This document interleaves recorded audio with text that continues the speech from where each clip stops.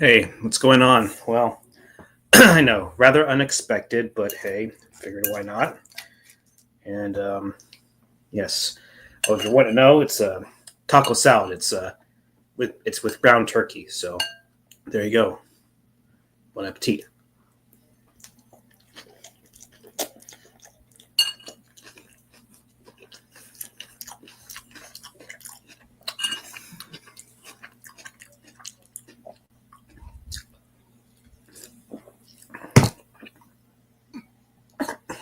Excuse me. But yeah, how's everyone doing on this Sunday? On this lovely Sunday. I believe isn't today Easter?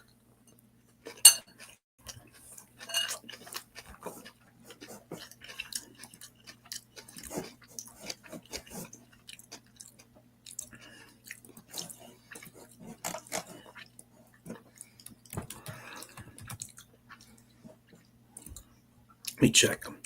Nope, it's actually the 20th. Okay. For whatever reason I thought it was earlier. But yeah.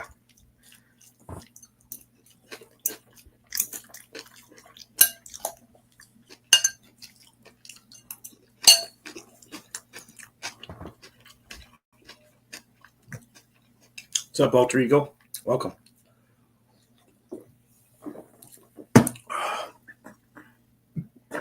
Damn. Excuse me, geez. I saw it. I have to admit, it looks decent. I just don't trust Disney these days.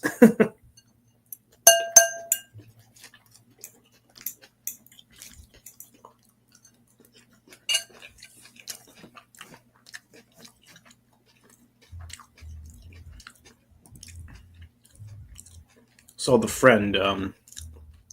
Who's in that one? Oh yeah, the Bill Murray movie. Okay.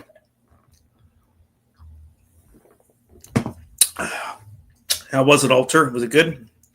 And what'd you think of the Tron Ares trailer?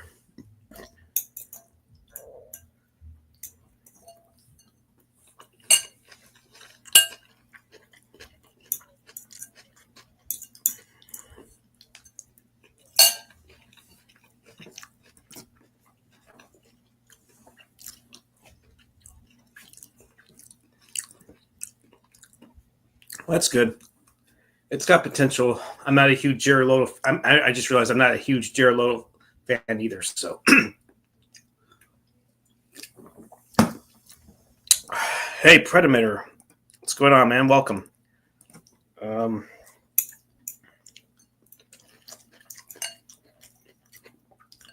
just having supper. Like I said earlier, it's a taco salad with ground turkey meat.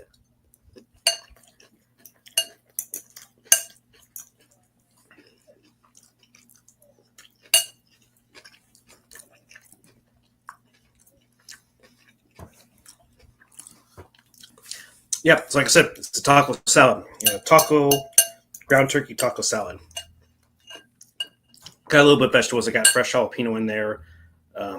Probably should have added some onion, but I didn't. Yeah, but I have an avocado, and since my mom let me have it, I figured I have it. But I also have to use up this guacamole that I bought, so I have a lot of avocado and guacamole in this bad boy here.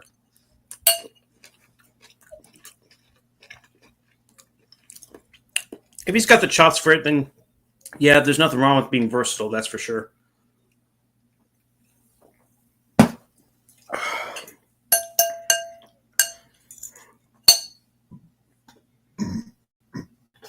Jeez, having drinking that soda definitely increases the burp intake.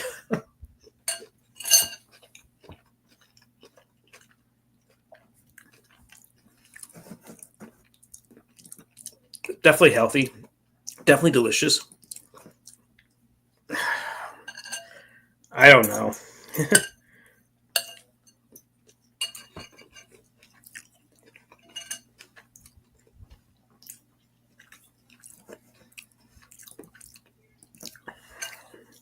I don't even know what movie he's in.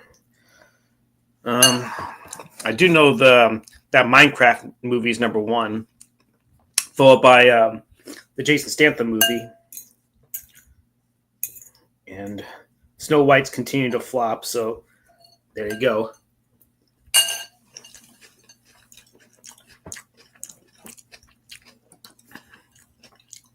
Hey, Sam, what's going on, man?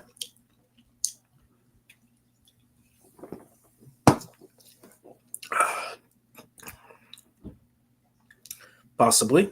He could. I haven't seen it yet either, but I guess some people did like it. I guess I don't know.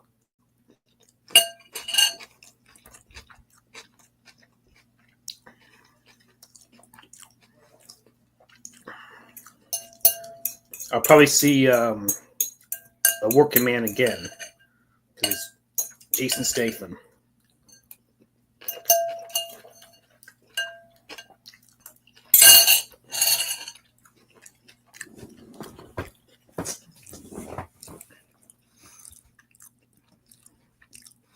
Oh, that's cool, Nate. What time are you going to be home?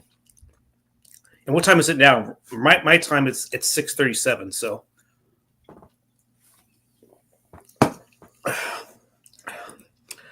I liked it. I didn't think it was that bad. Excuse me. Jeez. Maybe I should cut back on that soda. I'm burping a lot.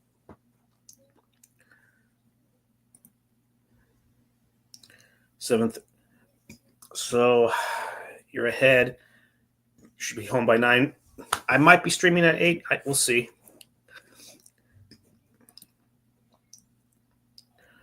Okay. So you're going to be here in Oklahoma for a month. Hope it goes well. So you're having some Rice Krispies. That's cool. Grieford saying, Sir Spade, what's up? Sam, of course. Yeah, they're winning. Watching Death of You. Oh, is that what you're currently at right now? Are you about to watch it? Oh, you hope it's good.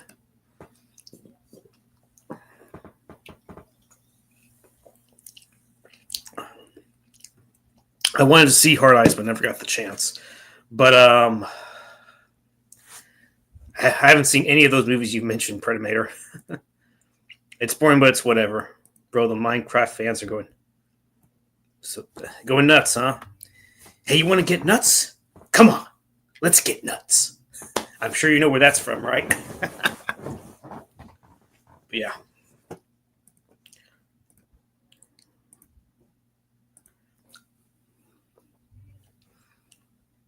Mind me, yeah, Wandering Wild, yeah.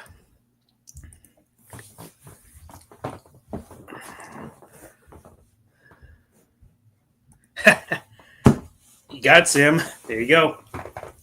But which Batman was it? I'm sure you might know. If not, at least you were definitely on the trail. So yeah, you're definitely on it. Yeah, probably died down. I mean, what's even coming out next week? I don't even remember. So, okay. Let's see. Sam, if you have time, did you want to come in or if you got stuff going on? It's up to you.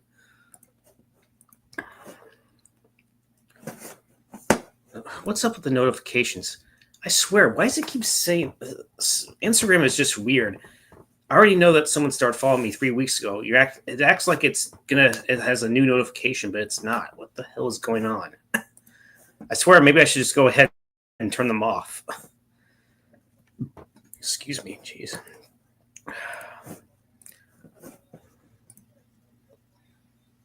Maybe. Yeah, I've heard. Yeah, he's a little up there. He must have smoked too much weed. Who knows?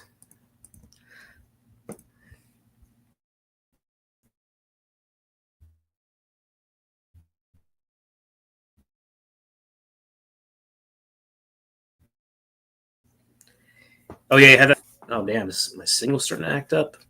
Oh boy, now it's low. Shit.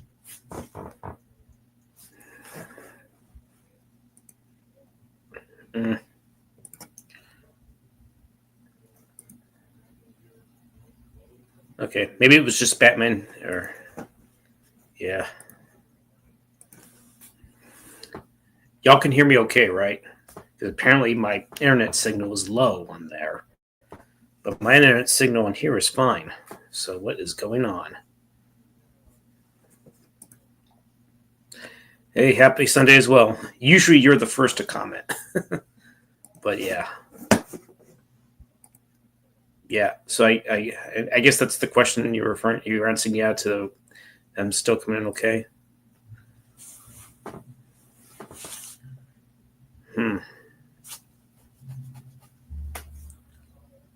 Oh yeah. I wonder if because my mom's watching the internet down there, maybe that's why.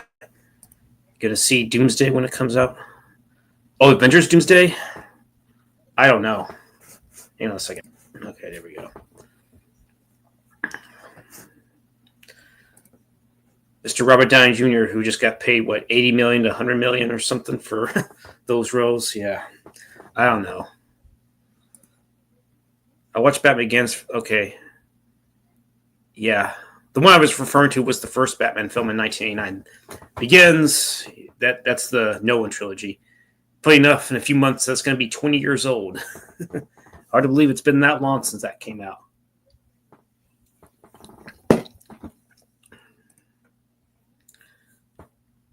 Man is making.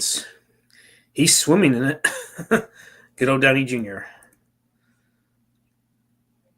I haven't heard any updates. Do you have any updates, Alter? Or Day Jr. was getting. Yeah, he was. He's crazy rich. Maybe he should put it in a CD and invest in it. You know, like I'm doing, putting my money. Although I don't have nowhere near the amount he does. I'll probably never come close to that. Yeah, crazy time flies. I assume Batman Begins is your favorite movie. Okay, cool. Aha.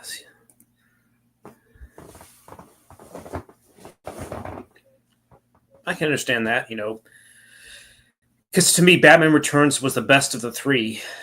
I mean, The Dark Knight is good, but it is a tad overrated, and especially with Christian Bale's voice. I mean, I don't know why he had to have throat cancer when he was doing that. Oh, I'm sorry, I'm being mean and offensive, but whatever. But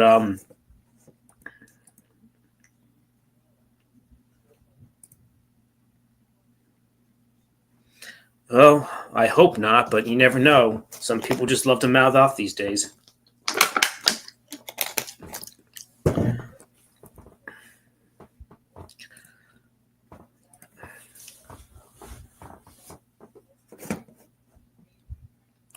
So, Sam, if you're still in the chat, did you want to come in? I don't know if you said yes or no, or if you got something going on, I understand. It's all good.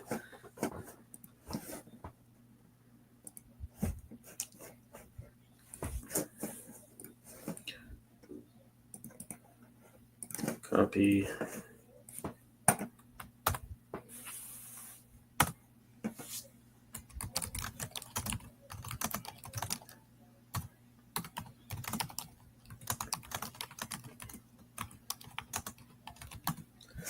Okay.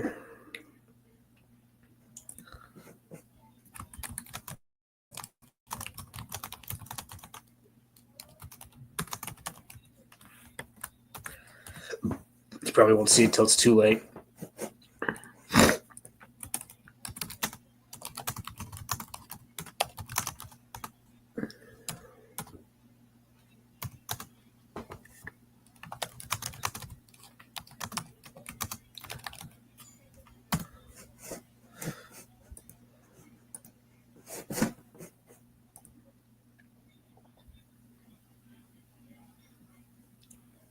No, it's no skin off my back. It doesn't matter. It doesn't matter to me. So I'm sure there were reasons it was canceled.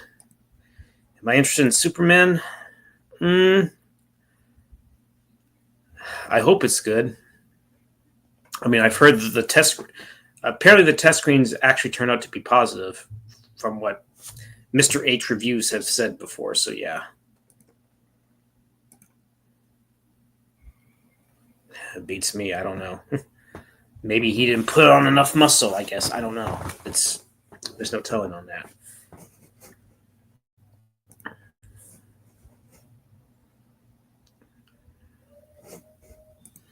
Alter, you're definitely not interested in the new Superman movie. You don't trust James Gunn, huh?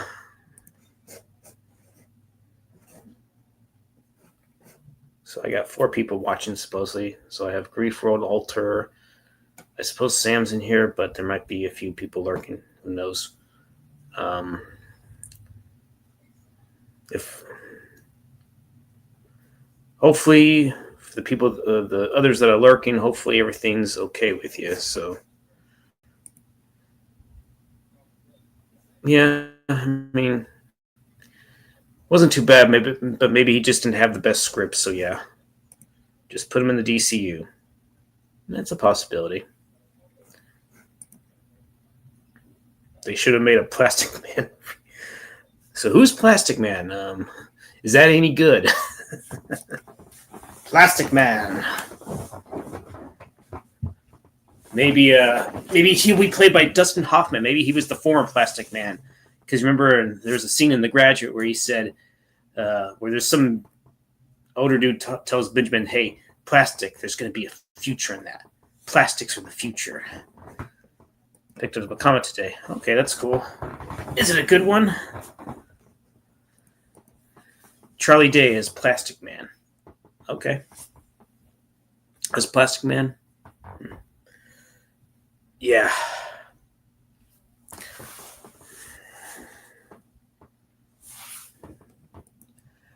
Okay. Secret safe with me.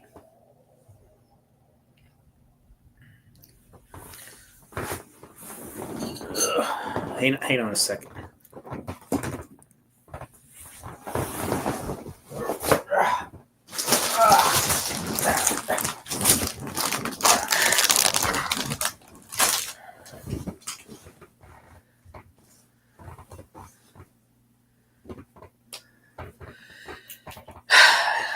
Okay, hold on. Cyborg. Oh, she's going to be the Terminator now? She's going to be Terminator? Kaiju sites alien beast. So there's going to be alien from Aliens in there? I hope so. That would be cool, but we'll see what happens. A cyborg in the Cyborg in the Plastic Man movie.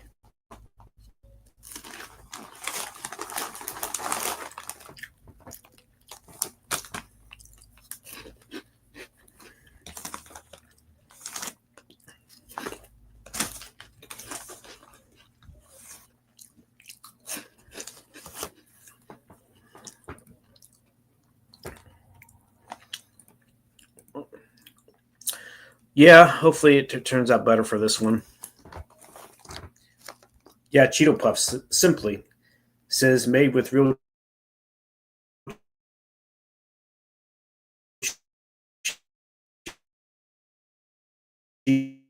oh.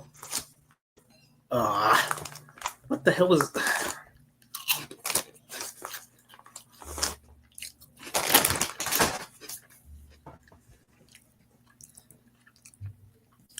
Really? 4 more seasons? Damn. I thought those at this point they maybe considered stopping them, but I haven't watched Family Guy in years. I don't know why, but maybe just I don't exactly have that channel anymore. American Dad. Oh, wasn't on. What was on before? So now it's coming back to Fox. Is that a good thing or a bad thing?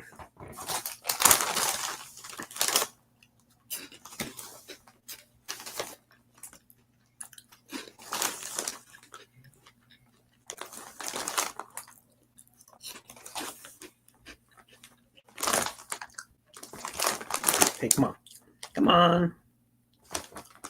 So it was on TBS, huh?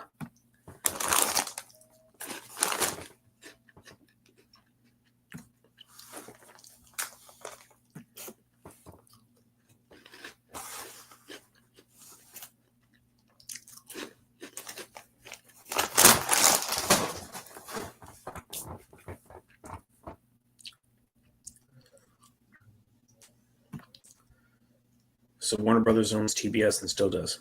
Okay, that's an interesting tidbit for sure. What's going on with my? I wonder if it's because my mom's watching something on the internet. Maybe that's why. Damn it. But she's on the 5G and I'm on the 2G. So what the hell? Oh wow, Lasmet, welcome. Been a long time. Hope everything's well with you if you're still in the chat.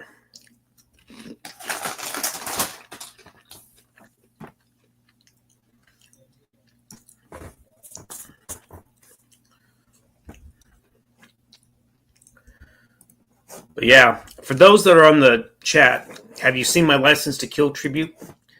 I thought it would have had more views already. I thought it didn't have the necessary views because I thought today was Easter, but I guess people are busy or just maybe they didn't think highly of it. I only got 10 views of it, so yeah.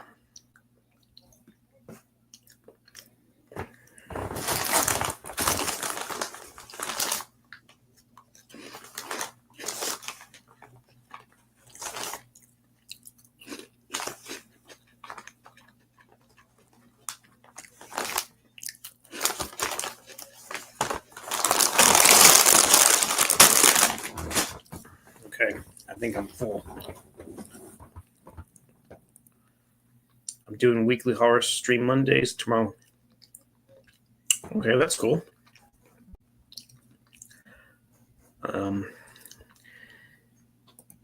Yep. Well, they're not Bond reviews; they're just tribute videos. They're not reviews of the movies. They're just tribute videos. I take the main title song and put some footage in there, and it's a compilation of footage. It's not reviews, just letting you know. So.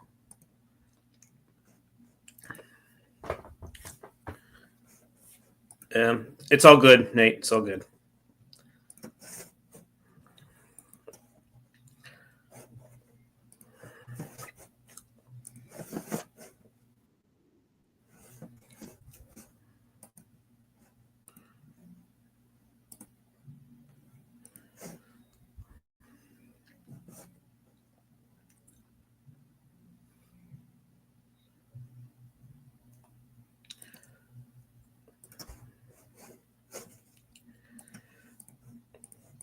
Hang on. Man with the golden gun is... Yeah, I can understand that. But yeah, I probably would have to watch those 60s Bond movies again because I never... Yeah. I mean, I've probably seen them, but it's been a while, so I need to kind of watch them. Maybe I should start... I just basically did the ones that I grew up on, which was the Timothy Dalton ones, and of course Pierce Brosnan. So, and I have seen Octopussy and View to a Kill. So it's all good. All good now. So. We got 4 people. Possibly people I know. Maybe a few others I don't. Let's see what happens. Surprised that the Zero Cool hasn't stopped by. I guess he's got stuff going on. It's all cool. It's all good. It's all good now.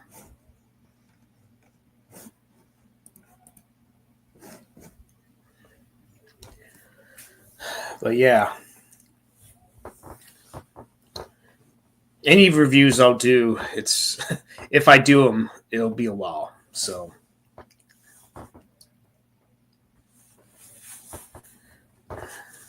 Yep. All right. How can I make this interesting? Let's see. Oh, yeah. Maybe I can do a James Bond quote or something. What happened? Salt corrosion. Which Bond film was that from? I'm afraid, if you're still in here, Nate, you probably don't know that one. But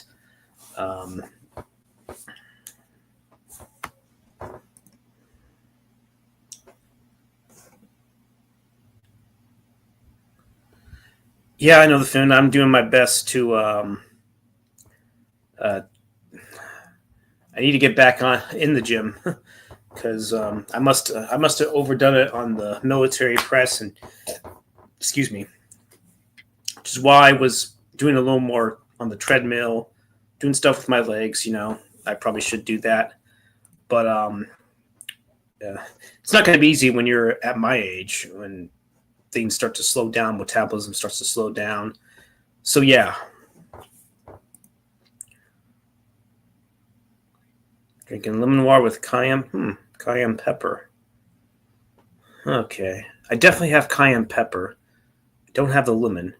Would lemon juice do okay, or the actual lemon has to be in there? I'm just curious.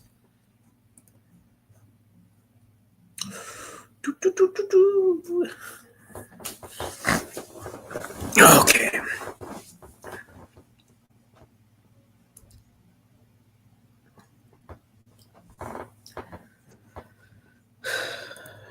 Yeah, that'd probably be a good idea.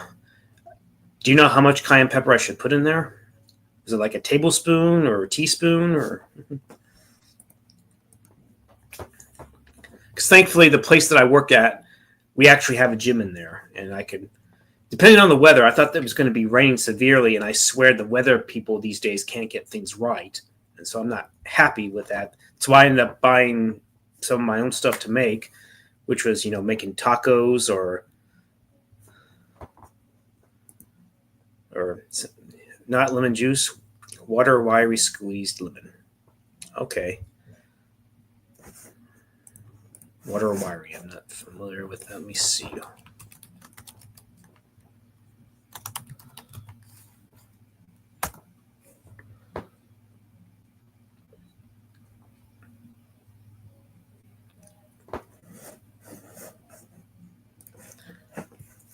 Okay.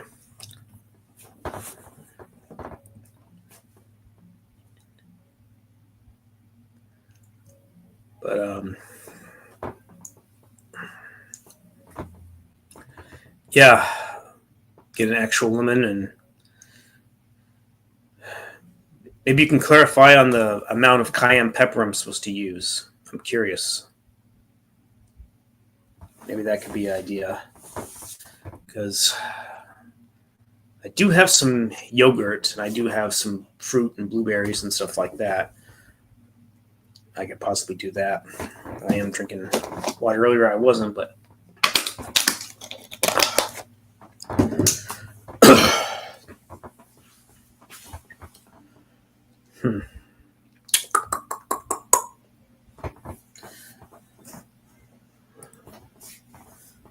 Okay, what's a bond? Oh yeah. Do you expect me to talk? No, Mr. Bond, I expect you to die. I'm pretty sure you know what that's from.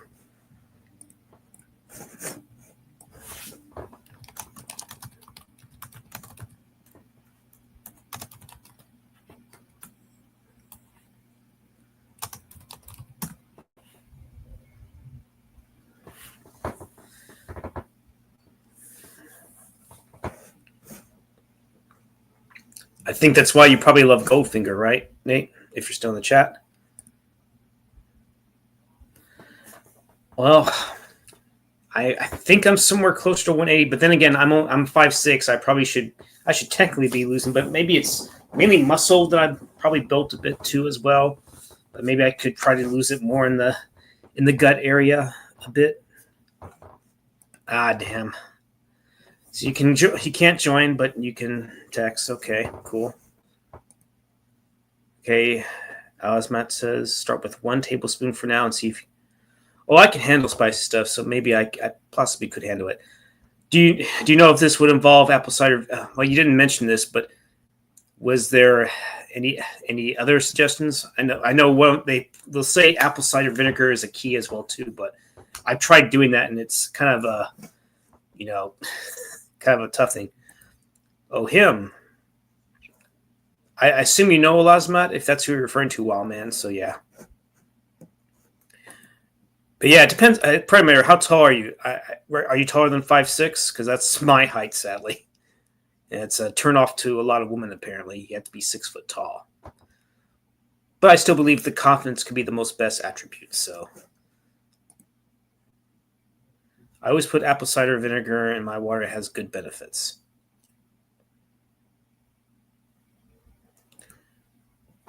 Yeah, that's what I'm thinking. That's like the goal part. Like 150, 160 should be the weight right there. Um, I'm possibly somewhere in the high 170s, maybe 180s. I don't know, somewhere around there. But yeah, I should have. But when I'm 40, things start to slow down. Yeah, I saw the trailer to the new Tron. To be honest, it is good, but I don't exactly trust Disney, and I'm not exactly a huge Jared Leto fan. So, I mean, what'd you think of it, Lawman?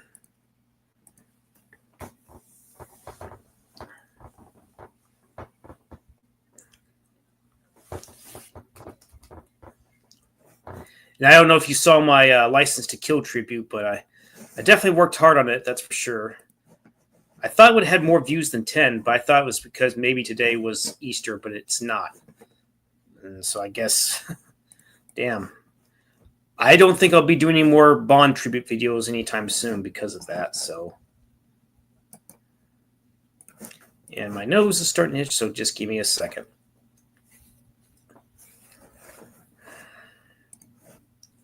Okay.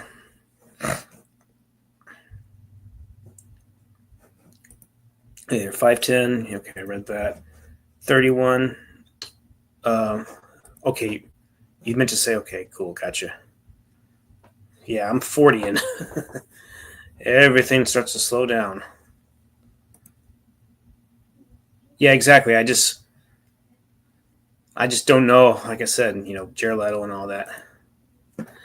I guess I should have known since it's Minecraft and they're I guess huge fans of it. I guess that's why it's number one. But it's not. I don't care to see it. So unless if I get a hot date or something, who knows?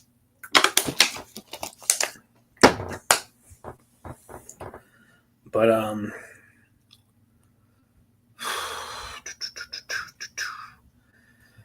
But I know that Working Man is still sorry, not the. It's A Working Man. It's still number two.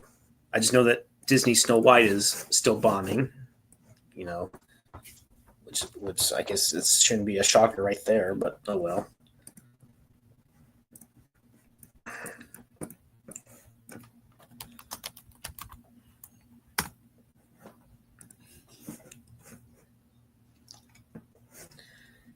Oh yeah, The Chosen, Last Supper, Part Two. What the hell is this? Chosen, Last Supper. I'm not even familiar with it. Yeah, yeah, that's number three, and then Snow White's number four. So yes, Snow White is falling flat on its face.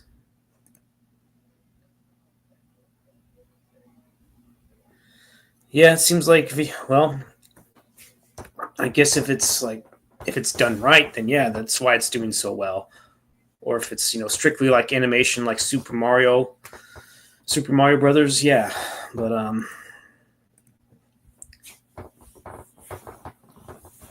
But yeah.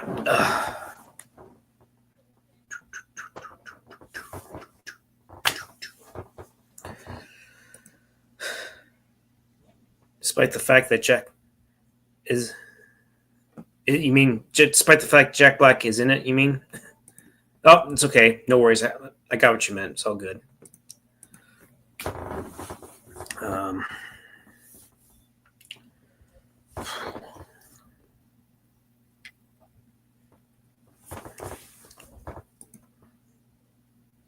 New horror film called Hell of a Summer. That's cool. Um, I'm trying to think of some other films that I might give a watch. I might have to be reminded of. Um, I did see The Woman in the Yard, and it wasn't a bad movie. I mean, it's interesting, but I felt like it's not a very long movie. It's pretty short, to be honest. Oh yeah, everyone loves their Jason Momoa because of Aquaman. I guess it's not too bad, but I don't know. I hope it's good. I mean, do we trust James Gunn? It's. I mean, how does it look to you?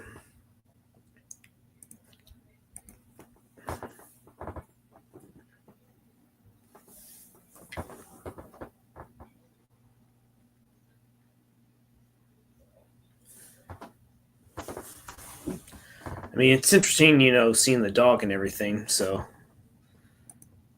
it looks like a good mixed bag for right now. Yeah, it's kind of how I feel.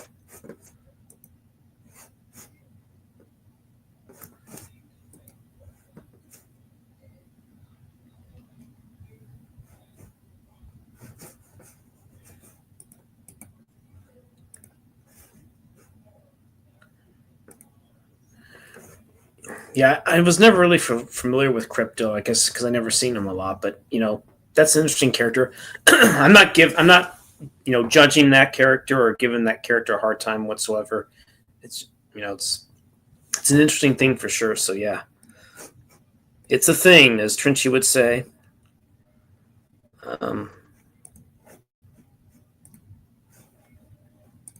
Okay, Kino Lober, I don't know why you guys send me so much stuff. So, I don't know. I just not interested in getting anything from y'all right now, Kino.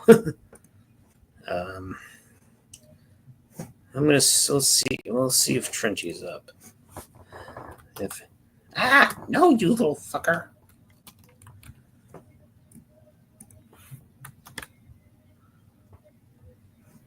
Stream.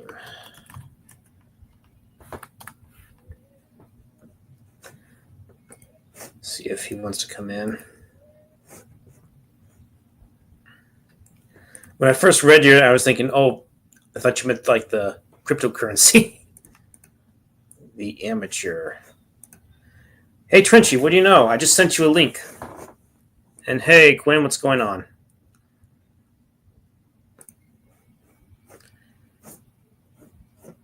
Now I got 6 people. 6. Well, that was just perfect. 6. Okay. Did you also want to come in, Quinn, as well, or you got stuff going on? If you got stuff going on, it's cool. While I'm in, saying hello to Quinn. Okay, if you're resting, no rush. It's all good. Oh, you do want to come in? Okay, I just didn't know if you wanted to rest for a bit. So I'll just Instagram you the link, man. I'll just Instagram you the link. I'll just send you the link. I'll just link you up. I'll just link you up.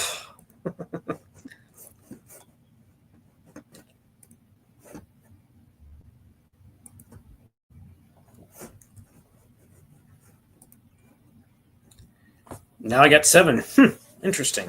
7's the key number, man. 7 is the key number. Oh, sorry. There you go. Hey, Quinn, what's up?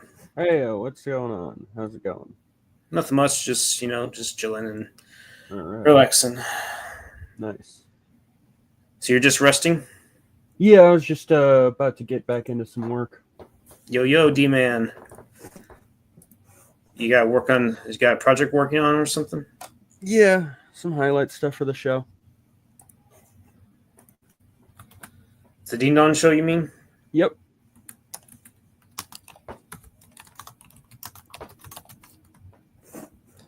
Cool. Okay. I think Trinchy might join, so. All right, sounds good. I'm sure you remember him. Yep.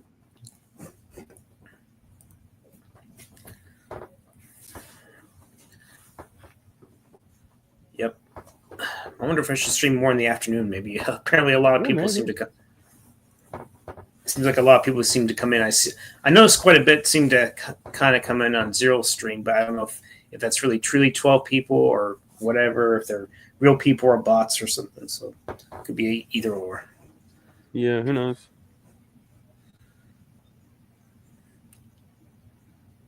Tried to invite Wallman, but he can't join. I guess he's in the chat, but that's okay. But you're probably not surprised that the Minecraft movie is number 1, right? It did not look good. I'm surprised it's doing well. Yeah, it looked bad in a way that I thought would flop. Like what's that Gearbox one? Oh, Borderlands. That looked terrible. Holy shit. I'm not even someone who likes the game, so I thought, oh, good. It's getting a shitty adaptation. Nice. That's what it deserves. Interesting enough, Lawman says video games are definitely going to become the new comic books when it comes to Hollywood adaptations. Oh yeah, for sure. It's already happening. Yep. We As long will as this- be begging for more of Paul W. Anderson stuff by the end of this year. I guarantee you. Is there something supposed to come out that he directed this year? No, I'm just saying, by the end of the video game boom that's coming, we are going to be begging for more Paul W. Anderson stuff. Right. Super Mario Brothers was a big example. I mean, the original movie that actually does rock. I'm You saying. mean the 1993 movie, right? Yeah, that movie fucks. It's great. It's legit great, actually. Well, it's definitely fun, for this nostalgic purposes, for sure. Yeah. I'm trying to think of. I haven't seen it in a while. I know there's a Blu-ray of it with features. I just don't know if it's gone. I know the price wasn't cheap at all, but I don't know if it went down. So I just got all of Twin Peaks on Blu-ray. I'm excited to watch that. The Z to A. I'm just trying to decide which Blu-ray set did you get, because there's like several of them. Oh, I got the most recent one that's packaged very shittily. Oh, packaged very shittily, huh? Yeah, packaging is terrible on it, but it's the series. It's the entire everything.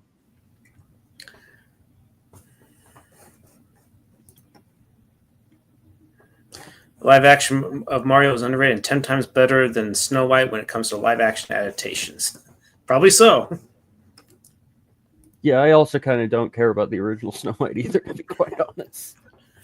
Right. Maybe that's why I have such an easy time. It's like, oh, you're telling me the new Snow White sucked? Okay, yeah.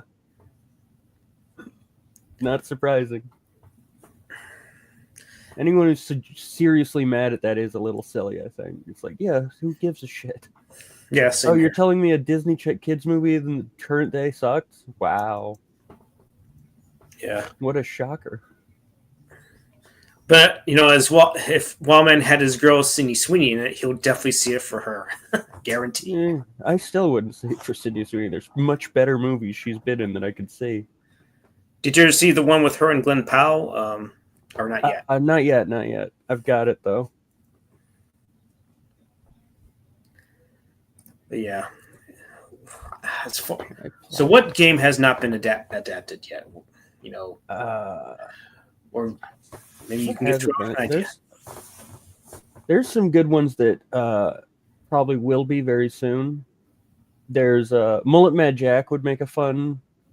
It'd have to be an anime, but it's like Mullet Mad Jack is like a retro boomer shooter done in like hand-drawn anime style, specifically in the styles of the mid 80s and early 90s. Kenichi Sonoda is probably the biggest visual influence on Mullet Mad Jack. It's great. It's very funny. It feels custom written specifically for me. Yeah, Here, let me show you something. It's very silly. Okay. It's like if RoboCop married Blade Runner and then was like, fuck all of that subtlety nonsense. Okay, I guess it's... Oh my god, is GeForce Overlay gonna fuck me over every time? Hang on. Mullet Mad Jack. There we go.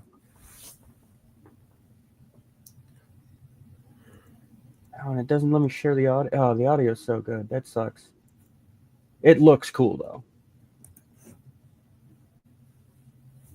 It's a shame you're not getting any sound.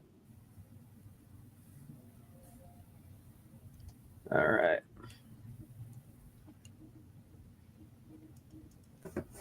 No timer. Essentially, in the normal version of the game, you have 10 seconds to live, and you have to kill a robot every 10 seconds, or drink an energy drink. It's great. A lot of people in social media saying if Sydney was in Snow White, it would have sold like pancakes. I don't know about that, but it all depends on how the story and script would have been written. If it was changed, then I can see that being the case. Or both Contra and Double Dragon. Well, Contra, I can understand. I remember playing some good old Contra. There was the one I thought of. I mean, I know there was a. What about an actual Halo movie? You know, if Neil Blomkamp. Yeah, that'd be sick. I know that he was supposedly involved, but nothing ever came of that. Yeah, District 9 came of it. There's even assets from the Halo movie in District 9, The Flood.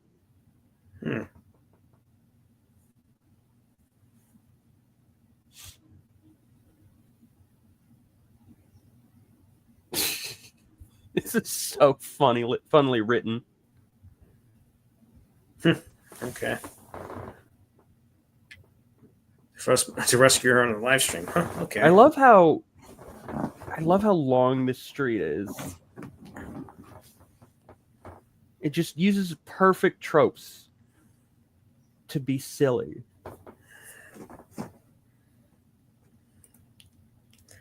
Laman says he doesn't care about Halo. They did a TV series on stream, but it failed. I'd rather see Gears of War now. That's badass. Yeah, that shouldn't mean you don't care about Halo, the property, the art. Just because the show was bad, who gives a shit? You just have a bad show. It doesn't like ruin the rest of it. Halo fucks.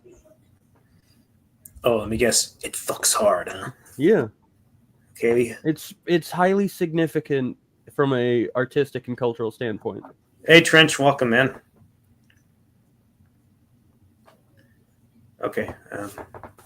If you're wondering, you are on, but okay. Hello? Hey. I hear you. I hear you. God, you guys are missing out by not having the music here. What happened Oh, to hey, streaming? guys. It used to be better streaming. Hey, how's it going?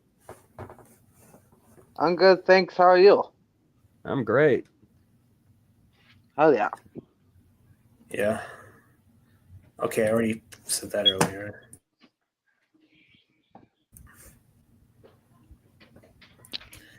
Everything going well for you, Trench? Yeah. I'm good. Yeah.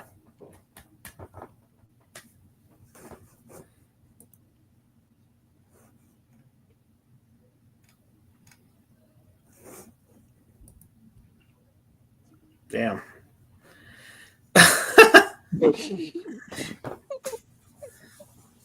So before he dies, he wants to give you the finger. I love how he's by the way, I love how it's a hard disk drive in this robot. Retrofuturism rocks.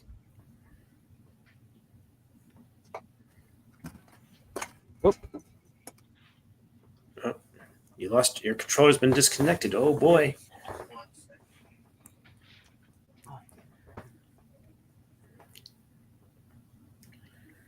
So did you sleep well okay, Trenchy? Oh, yeah. That's good. I guess I slept pretty decent. That's good. Is this a newer game? Yeah, it's fairly recent. Okay. Yeah, I was gonna say This I year, don't know or this past year or so. Lawman says Contra was the first game to ever use celebrities' likeness. The characters are basically Stallone and Schwarzenegger. I don't think that's true.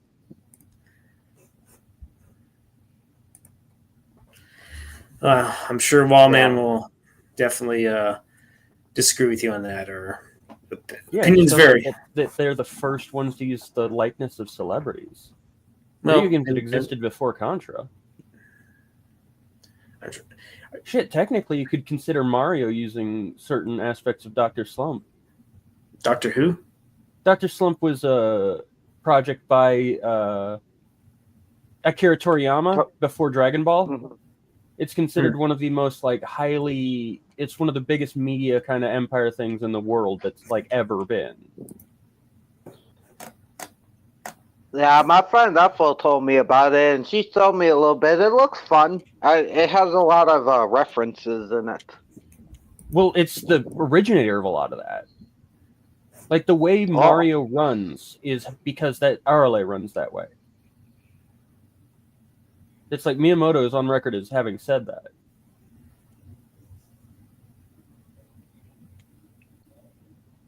Yeah, I did. I had no idea, but I guess it makes sense because Mario is Japanese. Yeah. Yeah, I saw that. Lawman. I can't. I think I may have. I think I may have commented. I don't remember. I have to. Okay. Yeah, the AR. Yeah, you have Michael Jai White as Jax with those bionic arms. So yeah, that's interesting. Michael Jai White would have been a cool Jax. For sure. Yeah. I like the guy they got though in the mood. Like he was one of the good parts of Annihilation. Oh, you're okay. I didn't know if you were referring to the reboot or the Annihilation. So yeah. Yeah, I guess the reboot guy was good too. I don't really remember him as much as the guy from Annihilation, which that might be kind of bad.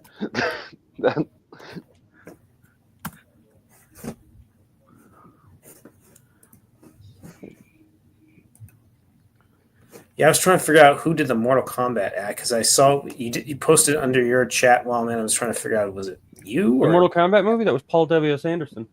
no? Not no. I'm talking about something else. I'm talking about something else. Something about the art Okay. that he was doing. Okay, so got okay.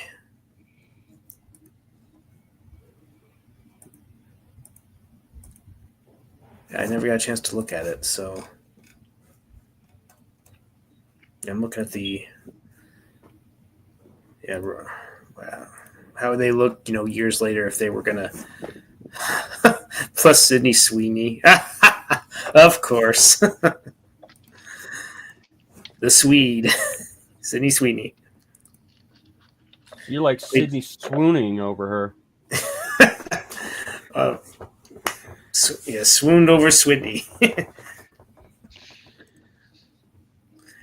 Yeah, okay, so that's cool, Mr. D-Man.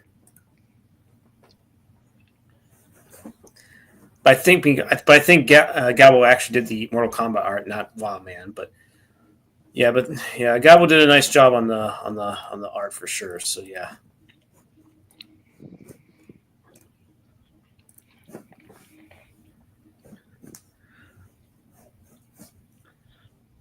Yeah, I've seen some of his stuff. He does pretty good stuff. You mean Gabo? Yeah, the guy that does the Mortal Kombat art, the guy with the glasses.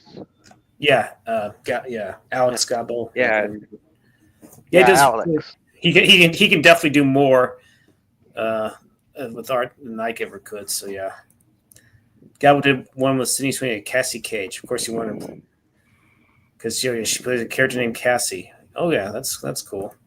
It's all good.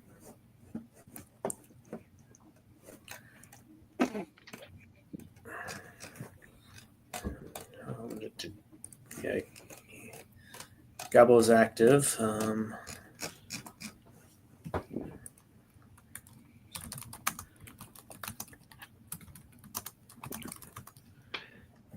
Okay, maybe it's in the. I feel like I'm doing several different things at once. Maybe I should just react. Yeah.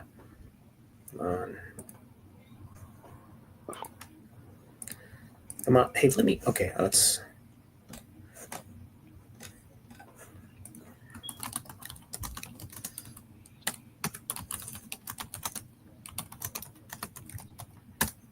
Do you know if John Steele is going to be available or no? I don't know. He might be. He's usually around.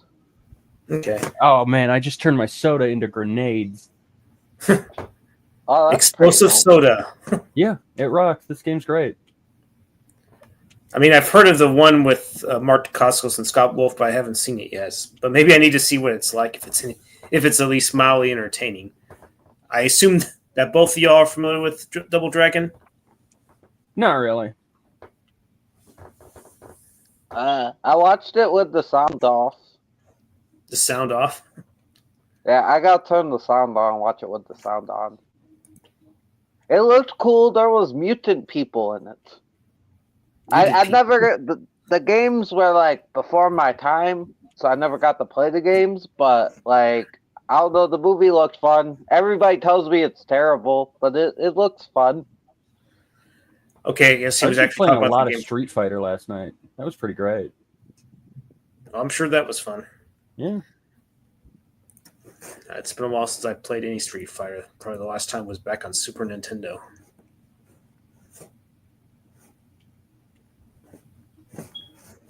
Yeah, Street Fighter's dope. It is dope. I'm going to see if John wants to come in. If not, it's cool. He's probably got things going on, so.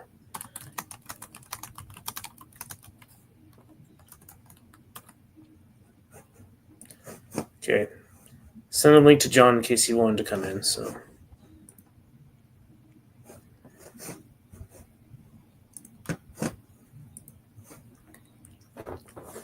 Okay.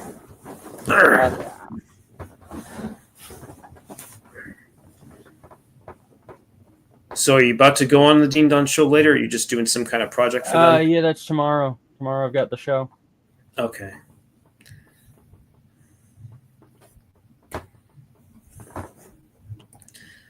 Lawman says Double Dragon led the way for the beat 'em up stroll down games instead of the usual tournament games. Came before Mortal Kombat and Street Fighter.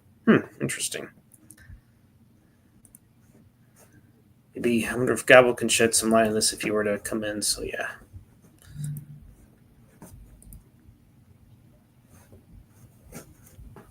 I just got the one-liners upgrade. That's I never sent the link to Gabble. I thought I did, but I guess I didn't. Dumbass me. I mean, it happens.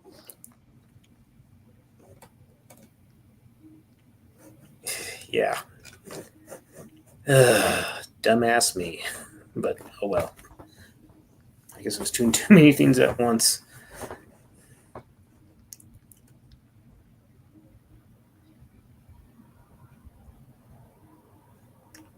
Wow, I've been going live for 57 minutes. Wow, time flies. Yeah, it does. Yeah. It's a thing.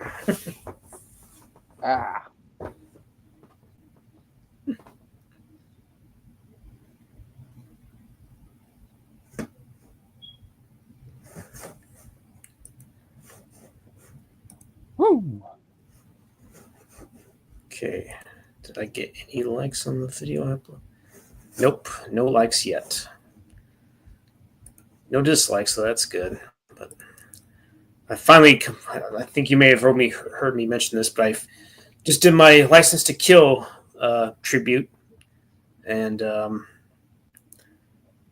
yeah, I worked hard on it. Finally completed, uploaded it right at noon. That's when it uploaded. So that's cool.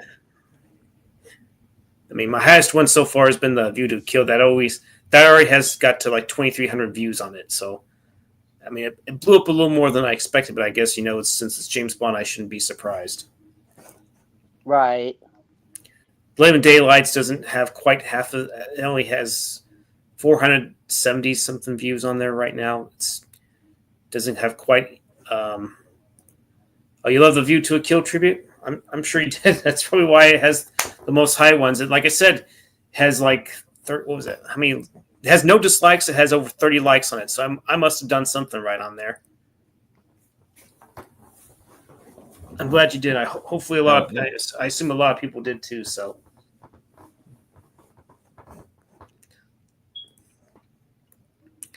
This one for the tribute for License to Kill, I just did the song straight out. Normally, the previous ones, I had a little bit of the instrumental composer score for a bit, and then I would let the main title thing kick on. This time, I just did just the song itself. You probably might like License to Kill. It's the Gladys Knight one that I did. I was thinking about using a different song. Who knows? Maybe I might. If I do another tribute video, maybe I'll bring out an alternate version where I have the. I'm pretty sure I acknowledged it. I could have swore it because you said the beat 'em up stroll games. You said those came before Street Fighter and Mortal Kombat. I think I may have actually said that. So yeah.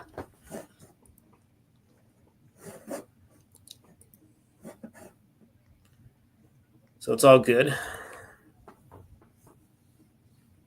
So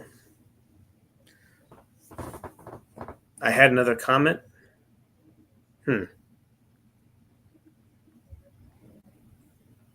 Okay, I'm looking at it, but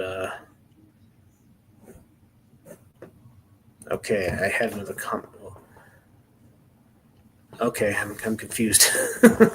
I'm pretty sure but I guess if I didn't, yeah, I showed this for sure earlier, so I'm pretty sure of that.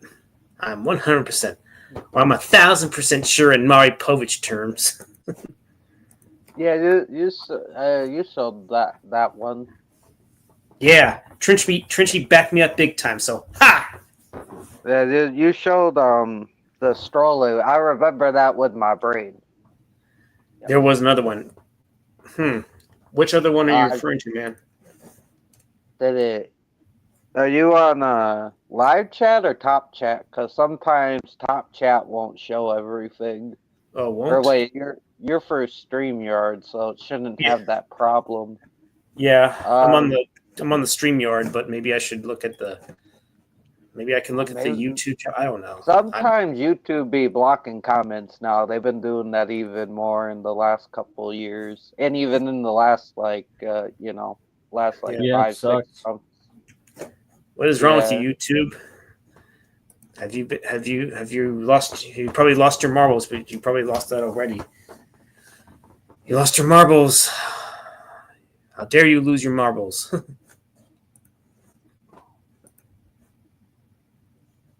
Let me see. It takes a while for the chat to appear if I'm uploading it on YouTube. So I wonder if YouTube took away a sub, because I was actually at 743, but now I'm back down to 742. But I'm getting there.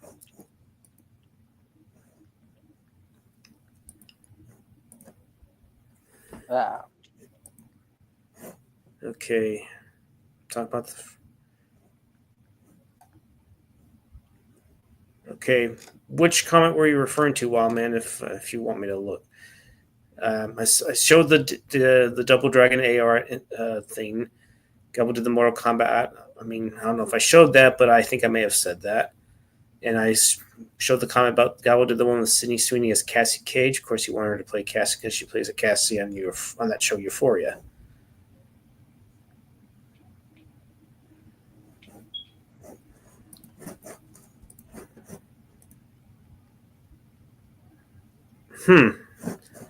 I'm trying to go back on that. And Mr. Demon, I guess it's referring to the YouTube messing things. What did you expect? They're based in California. Yeah, I guess I should. I don't know. The whole thing's dumb.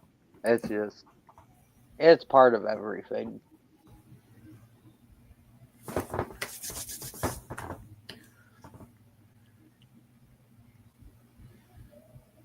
So how recent was this game, Quinn? This is like 2024, I think.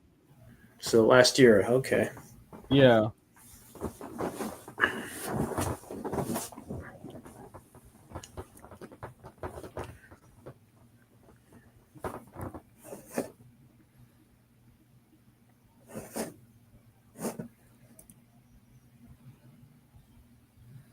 Yep, I understand that. I definitely showed that part of the comment, but I don't remember the part where you hit an enemy and a weapon falls out of the hand, you pick it and hit it back with it. Everything okay?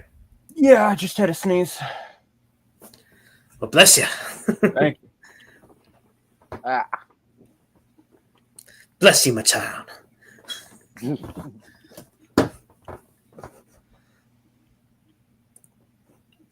Yeah, Sally never played any Double Dragon, but I would assume it was fun.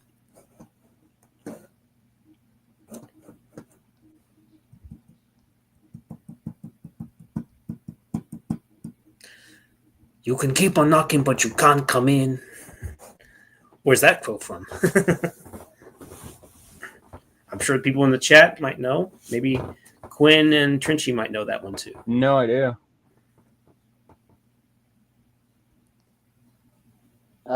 I could be hit or miss with quotes. I'm not sure. I might have seen it, but that quote isn't ringing a bell. It's a quote. It's from a movie from 1978. That might be that might narrow it down. 78. Damn.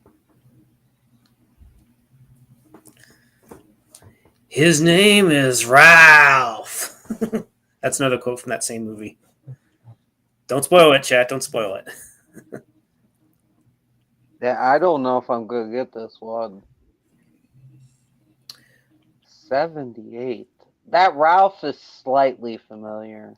I think I've heard that. Maybe if I haven't seen the movie, I think I did hear that somewhere. Maybe heard a clip of it. 78. Do you know who? Yeah. Do you know who this is? No. Bye bye, Lord Ass.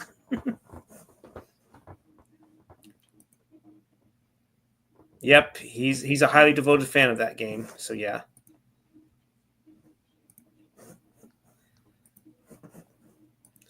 It's not Little Richard. Okay, 78. Yeah, it's Cheech and Chong Up in Smoke. Oh, nice. I have seen some of those movies. I don't really remember them. It's all good. I don't think I have the Blu-ray, but maybe I should. I think there's some features on it. I know that back in the day, Rambo Rap for Life got the Blu-ray of it. You know, sometimes he'll send him stuff. I know I sent him The Exorcist 3 at one point, so yeah. Oh, they're definitely coming out with a new movie. I couldn't remember if Tommy Chong was still alive or not, but yeah, I guess. Oh yeah, he was in a movie not too long ago. Really? Well, maybe it's a couple years now. He was in Color Out of Space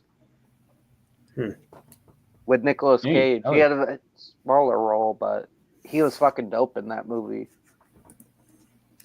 There was a Double Dragon cartoon show. Was this before or after the movie? And how long did it last? Do you know? Do you know Wild Man? And I'm sure, have you heard of Cheech and Chong Wild Man?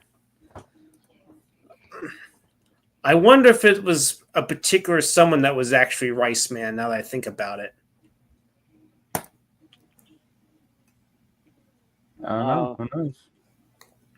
Because he told me he revealed himself as the almighty, you know what? Yeah, that was obvious. Then obviously he definitely confessed that, that girlfriend of his wasn't real, the Miss June. I barely remember Rice Man as a character, so I don't know. Yeah. But of course I remember he claimed that he had a black belt in what was it? Smack Talk or something, 12-3 black belt and Smack Talk or something like that. Nice. I never met this Rice Man person. Yeah, he was a troll on my stream that gave me stuff. I'm just wondering if it was actually you know who, you know what. Hang on, I gotta go to the restroom. 1 sec. Sure, no worries. You're good. Yeah, I have no idea. I still have never seen Trailer Park Boys. Everybody keeps telling me to watch it. Eventually I will. But I know a friend of mine introduced me to that show. I've watched a few episodes. I mean, they seemed okay, but I know people love that show, and that like trying to like this is your show, like that you will really have fun with it. And I'm like, yeah, I don't know. I'll get to it, but it just will take time. It's a good chance you might like it. But then again, a lot of people love that show, Heartland. I'm sure you've heard of that, the horse show, I believe. Oh, the one where the girls ride horses? Yeah. Yeah, I like some of those teen drama shows, but I never got into that. I never watched that one. I know what it is. I know I haven't seen every episode because it's like season 18, season 19. I don't remember where they're at currently. Oh my god. Yeah, they've been on since 2007, I think. So yeah, they've been producing that show. It's a Canadian-based show. It's been that way for well over a decade. Like Grey's Anatomy level, or like Days of Our Lives, or some shit. Yeah. But I think that show Grey's Anatomy might be coming to an end. I think. I'm not sure. Well, Right. I don't think anyone misses Rice bitch at all. So there you go.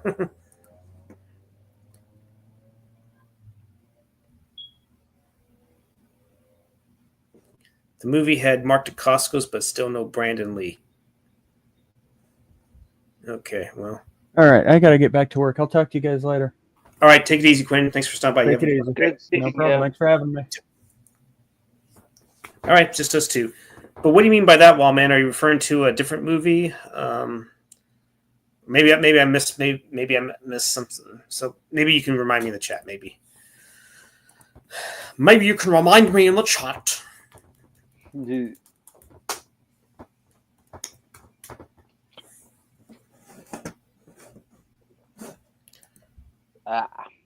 Okay, you're talking about Double Dragon? Okay. The movie itself. Well, yeah, I don't know if Scott Wolf, I don't know if he would have been a good choice, but I did like him on Party of Five. He was good in that show. I know he's in that new Doctor show that my mom watches, so yeah. Oh yes, Robert Patrick is the villain, Mr. T-1000 himself, huh? Yeah, Robert Patrick's good. Yeah, I liked him as Agent Doggett in the X-Files. He was good in that, so.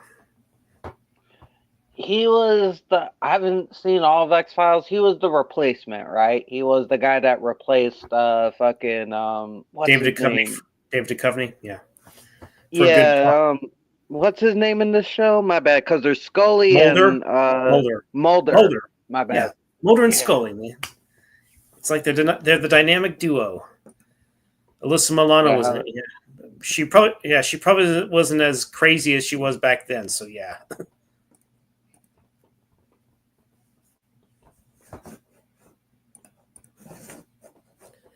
I'm just wondering, was Double Dragon a theatrical release? I don't know. Let me check. I have a feeling they probably didn't do so good, so maybe I just want to check out the box. So yeah, the budget was $7.8 million. Let's see what the returns were. Box office $4.2 million. I don't know if this is just domestic or maybe worldwide. Okay, so yeah, technically it made like $2.3 million domestically, and I think the rest was overseas. So yeah. So yep, it was a flop.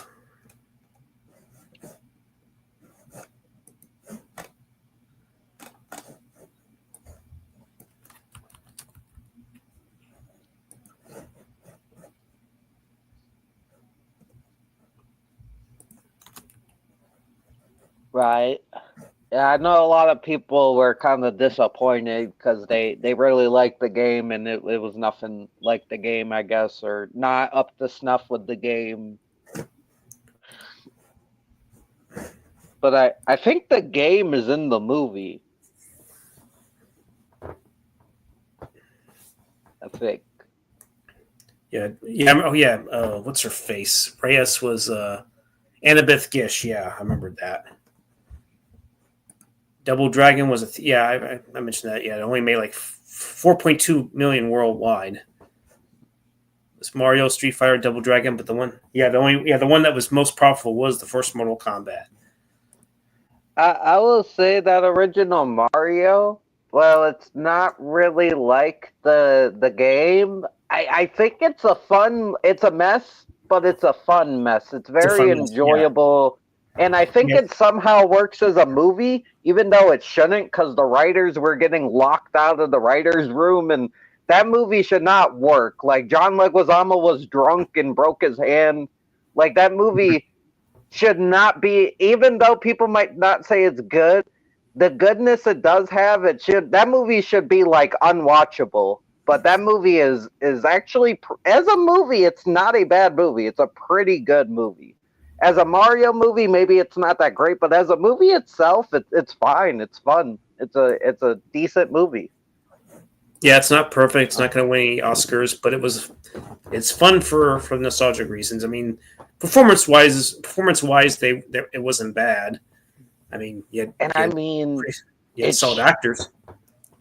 It should be way worse, dude. That movie should be like all the stories behind the scenes of that movie. That movie should not be as good as it is. I don't think people give that movie credit that it's not. If you know, it's cheesy, but I've seen worse. Like it could have been worse for sure. Yeah, I mean, didn't the directors leave at one point or something, or one of them left? I don't remember. I think they were leaving. The writers got locked out of the writers' room. I remember that. It was like this couple, and they got. I remember reading it in the Game Informer. So I don't know if this is 100% true, but apparently they got locked out of the writers' room that they were writing in.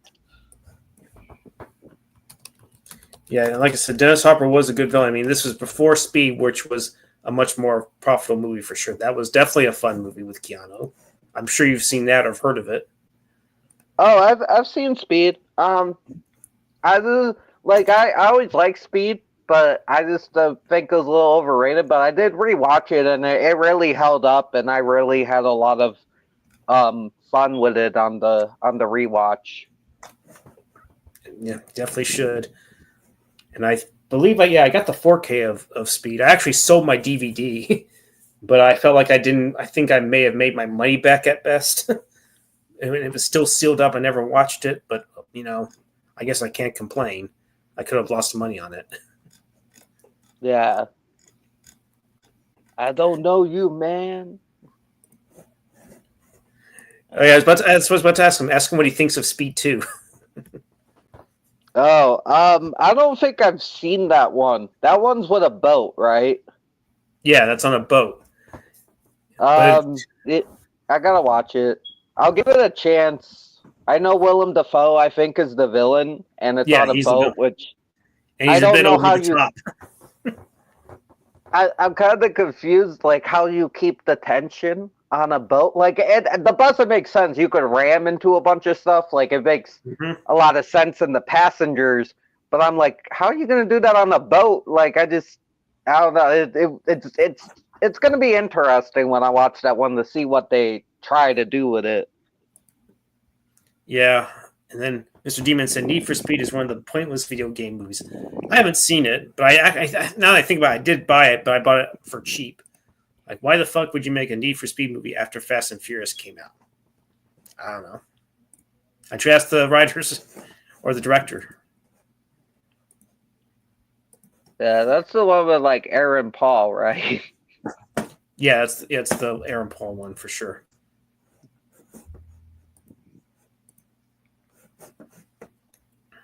Yeah.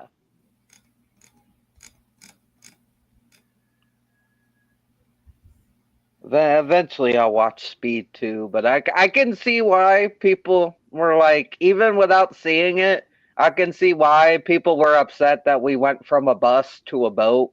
That is kind of weird and anticlimactic.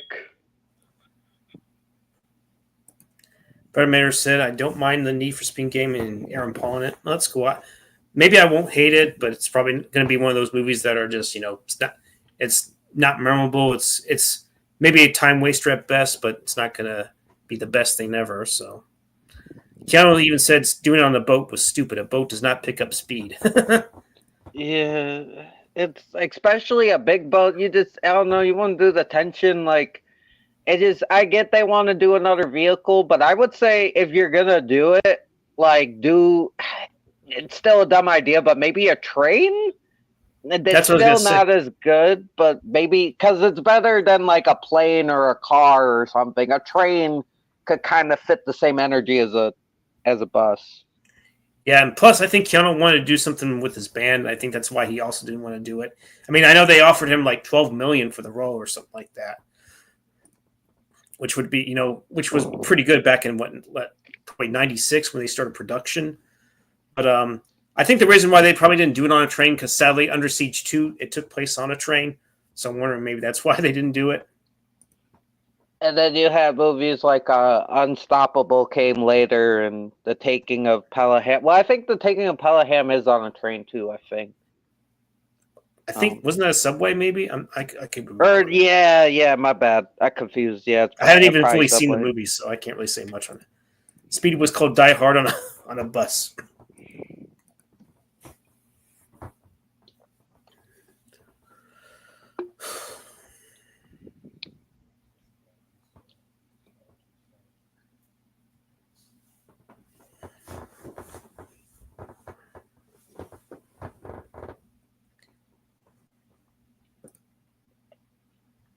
Only they made that movie 20 years after. Are we referring to Speed 2 or Unstoppable? Runaway Train. Oh yeah, the Eric Roberts and what was his face? Was it John Voight and Rebecca De Mornay? I think it was.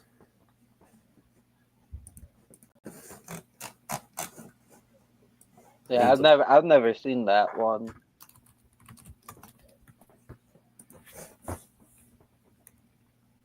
Yep, John Voight, Eric Roberts, and Rebecca De Mornay. Yeah.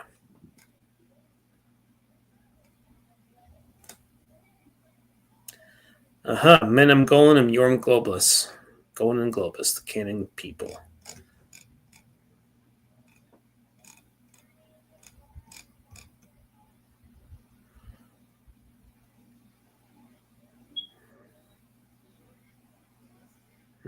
So it wasn't released in many theaters, so it wasn't exactly a.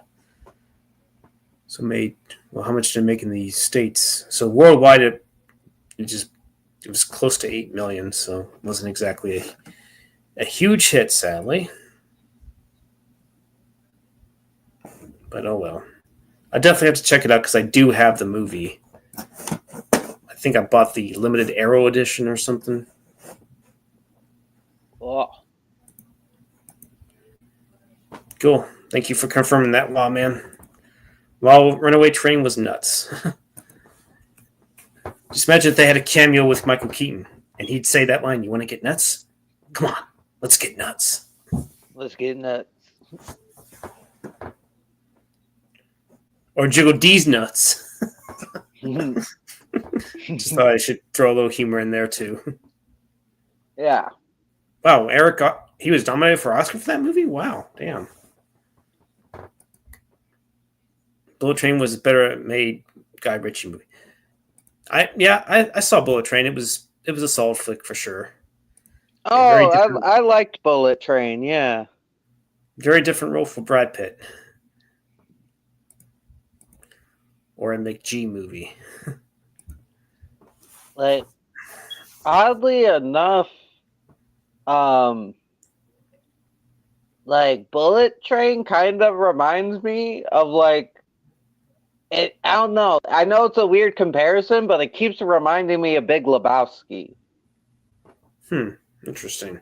It's this more pacifist kind of guy put in an extremely stressful situation by well, I don't want to spoil it, but there's misidentity involved in there, and there's a bunch of colorful, over-the-top characters he runs into, and he kind of stays calm, but it also stresses him out, and through luck, he somehow stumbles his way through, kind of like Big Lebowski. He's always able to get his way through, and I don't know. To me, it's like I just kept being reminded of Big Lebowski in a weird way. That's understandable. He's trying to be a low-key cool dude. Like, he doesn't want to, harm anybody, fight anybody. But it's been a while since I've seen it. I'm trying to remember if I even got the movie, to be honest. Yeah, I had quite a bit of fun with that one. Lemon and Tangerine need a spin-off movie. They were. It was the Thomas the Tank Engine guy and the one dude that's in Kick-Ass. Okay. The brothers, they were like the brothers. Joey King was in that movie. I like her too, but she's hot, but not as hot. Of course not. No one could match up to your. Well, if you remember, man, Cindy is single, so maybe why don't you just go out, fly to her, and ask her out on a hot date? There you go. Well, the thing is with Joey King is I was waiting for her to get a good movie because she's a good actress, but she's always in like bad stuff. Like even in episodes of TV shows, she always ended up being in like this shitty stuff. Like she was in the Slender Man movie, which I kind of like, but like it's not great. It's a pretty bad movie technically, and the ending really sucks. So it was cool to see her finally get like a good movie that people would like that she could show off her acting in. Because she's a good actress, she just gets shitty roles. Yeah, the only thing I remember I saw her first in was actually that Quarantine movie. That's what I'm trying to remember what else I saw her in after that. Maybe I saw Bullet Train, but I'm trying to remember before she got really popular and everything. I remember her from a movie from my childhood called Ramona and Beezus. She was. Yeah, because it was. I do know who Ramona is. It was based on some books. I remember reading some of those books back in the day, believe it or not. And they were. There was even a TV show with Ramona that I think it had Sarah Polley in it. I'm not sure. Yeah, I never saw the show, but I remember the movie. Oh, Jesus. Is that your ultimate fantasy right there? Hey, whatever works for you, man. Hey, maybe you get to be sandwiched in between them. I'm sorry. She was I do like Oz the Great and Powerful. And I know people hate that one, but I like I thought that was. Is that the one with James Franco, movie. I think? Yeah, that's James Franco. Mila Kunis is the Wicked Witch of the West, which was not great casting. Yeah. Well, I mean, she's not bad, but I haven't even seen that movie yet. I think I have it, but I have to go look for it. She tries, but once she becomes like the Wicked Witch of the West, it's just. I'm not trying to be rude or anything, but she's just too. They try to make her look like evil and wicked and like like the original witch, and it's like she's too attractive for that. It's like it just doesn't work. It's weird. I barely remember. Yeah, I remember Joey. She was in the White House down. I don't know. I never saw it, and I don't know if I have it. But here, of course, you wouldn't mind a triangle sandwich with them. Hey, if it's your thing, go for it. Feel free to be in that triangle sandwich with them if you like. They be the bread and you be the meat. I'm sorry, I just had to say. I know. You're good. I don't want to get too perverse like somebody we formerly knew. So. No, it's a good joke. I've heard crazier. Or you'll be, or how about this, Wallman? You'll be the banana and they bring the splits. So yeah, there you go.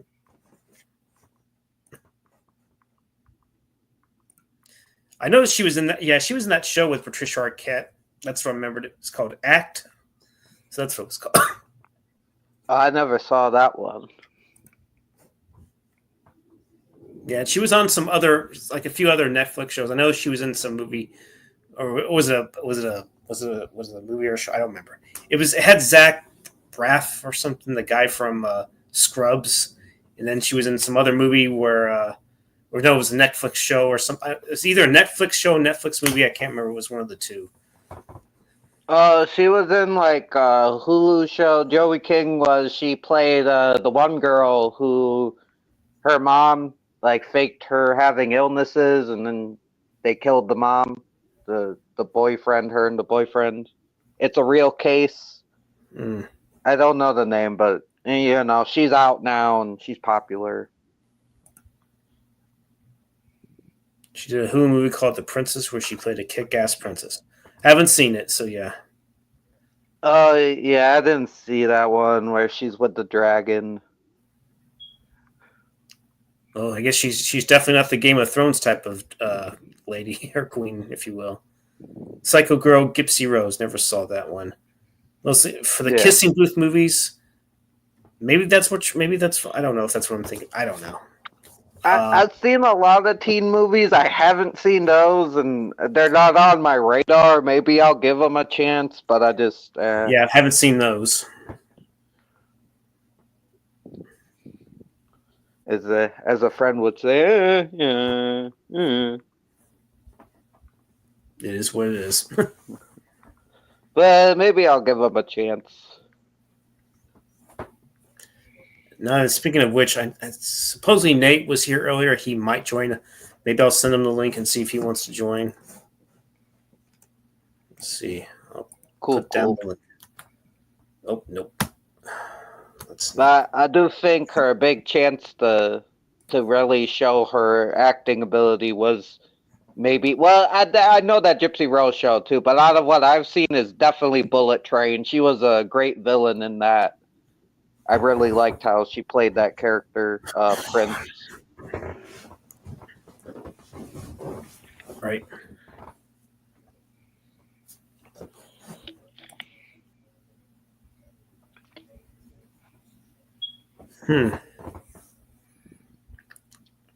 Yeah. Yeah, Gypsy Rose. Yeah, that was that's a whole thing. So that was the act. That was that show. My bad. That's what it was called. The act.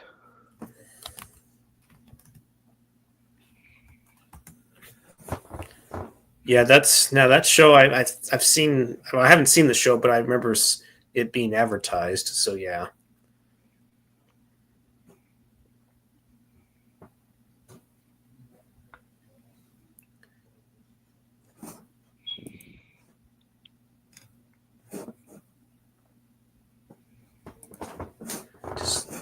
Wait, what is going on? Okay, that's okay. I knew I recognized. All right. The Lucky Ones about war survivors are. It's based off a book. Yeah, her whole family was messed up. The Gypsy Rose, yeah, it's kind of messed up. Yeah, it's a situation. Yeah, World War survivors. Okay, gotcha, wild man. Gotcha. Not her, but have you seen the movie Shadow in the Clouds? No, I have not. I assume she was in it. No, it's not her. It's another actress that reminds me of her, Chloe Grace Moretz, the Kick-Ass girl. Yeah, I've heard of her. I haven't even seen Kick-Ass. I've heard the first one's good. The second one, not so much. I like the second one, but the first, definitely at least watch the first one. Then if you like it, maybe you'll like the second one. But the second one is hit or miss with people. I like it, but you know, everybody has their preferences. That much is hit true. Girl. But Shadow in the Clouds is interesting to me. I won't spoil it, but like the first half of it is like kind of reminiscent of Alien, like it's really well tensioned and stuff like that. And then the second half, it turns into like Fast and Furious, like 5, like ridiculous amount of like what is happening. Like this is low key, like stupid, but in the best way. Like I ended up enjoying that movie a lot. It should not work, but I had a lot of fun with that movie. Mr. D. Mantuan, Daphne Keene is a hottie. A little too young for me, though. I think she's 19. Well, how old are you, Mr. D. Man? Just out of curiosity, if you don't want to say it's cool. Joey Divan, it's called Smart Ass. It's like Catherine and I read meets Pulp Fiction. I've never seen that one. Never saw that one either. For some reason, Mr. D. Man, I thought you were Wild Man for a second. I don't know why, but yeah. But yeah.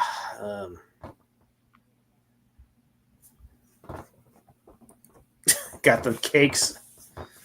Are we talking about just cakes or strawberry shortcakes? She played a runaway teacher that goes on a crazy adventure. Not sure what that one is. Is that the hit girl or is that something else? Okay, it's the smart ass. Okay, smart ass. Yeah. All right. Hit Girl is a character from Kick-Ass. Hit Girl. Okay, yeah. Yeah, I think you'd like the first one, Scotty, and maybe you like the second one. I don't know. I like the second one, but I know it's kind of a little different from the first one, and does some things that people might not like. She's the only reason to watch Thunderbolts. I haven't really seen a whole lot of Florence Pugh's movies. I know she was in that. What was it? I can't believe I'm blanking on the name. It came out in 2019. I know what it is. It's goodness. Midsommar. Midsummer, yeah. Midsummer, yeah. I didn't see that one. Wellman says, "I'm glad they brought Daphne back for Deadpool Wolverine." Yeah, she certainly had grown up a lot since that movie for sure. She definitely has. She has a fairly sizable role in that movie, so yeah. And I definitely like Deadpool and Wolverine. Just sadly, the Blu-ray was, I think it was still close to $30 to pay for it, maybe slightly less, but I don't know. I still don't want to pay that much for that movie. I just want to wait till the price drops a bit on it. And I know she was in Oppenheimer. She had a small role in it. Yeah, I didn't see Oppenheimer or Oppenheimer yet. Hey, Trench, I'll be right back. Just feel free to take over for a bit till I take care of my bathroom break. So. Okay, cool. Damn, you're stuck with me. You guys are fucked. This stream gonna go way downhill, but okay, wait. Let me see if I can pull. Okay, so this is where the comments are. Okay. Yeah, I haven't seen Oppenheimer. I liked her character in Hawkeye. I thought her and the Kate Bishop were like two of the best characters in that thing. I thought whenever she was on screen as Yelena. Now I haven't seen Black Panther, or not Black Widow. My bad. She's not in Black. I have seen Black Panther. I haven't seen Black Widow, but when she was on screen, she was like carrying shit. I thought her character was like really fun. Like I thought she helped Hawkeye a lot. That show. I haven't seen much of her other stuff. I might have seen a little bit of fighting with my family. I do like wrestling. But I don't think I've seen that whole thing. But yeah, I haven't seen too much of Florence Pugh's stuff. Okay, I'm back. What was going on? You haven't seen too much of Florence Pugh stuff, and what else? Yeah, I just like I was just talking about the subject. Right. Oh yeah, I like Black Panther. I do think it's a little overrated. Yeah, I definitely agree for sure. I do enjoy the movie though. I think Killmonger was a good villain, but I do think there are better movies for sure. Yeah, it seemed like Killmonger wasn't in there a whole lot. If I recall, like he disappears for a good part of the movie, then I don't know. It seemed like there was issues with the movie. You have two villains, which I enjoyed both. You have Ulysses, which the Andy Serkis one, which he's a big Black Panther villain. I wish they could have used him. I know sadly, like, Chadwick died, but I don't know, if Chadwick didn't die, I wish we could have saved Killmonger for the second movie and have, the one, or Claw be the first villain in the first movie. I think that would have been fun. Hey, Ishan, what's going on, man? Did you want to come in? If not, if you got stuff going on, it's cool. Ishan is. We definitely have something similar in common. We're both fans of the Dallas Cowboys, and we definitely despise the front office and what they've done. So, anyways, just want to get in. Ishan seems to like Ryan Coogler and really excited for the Sinners that's coming out. I will admit that does look kind of interesting for sure. I'm curious to check it out. It seems like there's a bit of a 30s throwback, but I think it has vampires in there or something. I'm not sure. Yeah, vampires. Yeah, I definitely didn't bother with the sequel to Black Panther. So yeah. I'll give it a chance. I mean, like Namor's in it, and Namor's cool, so I'll give it a shot. But I haven't gotten to that one yet. And yeah, no, I'm not saying Black Panther was bad. I do like Black Panther, but there's a lot of other MCU and just Marvel movies I like more. But I didn't hate Black Panther. The Amateur. Let's see who's in that one. That's that new Oh yeah, that's movie. the Malik, Rami Malek and Lawrence Fishburne's in it. Apparently, John from Bernthal the is computer also in it. show. Yep. So you know the producer. That's cool, Ryan, and the DP of the film. So you. That ain't Namor. I haven't seen the movie. I don't know. I know what you're saying though. Like that's not my Namor. Hey, Sean, if you. Oh, Jesus. Sorry about that. Let me get the link.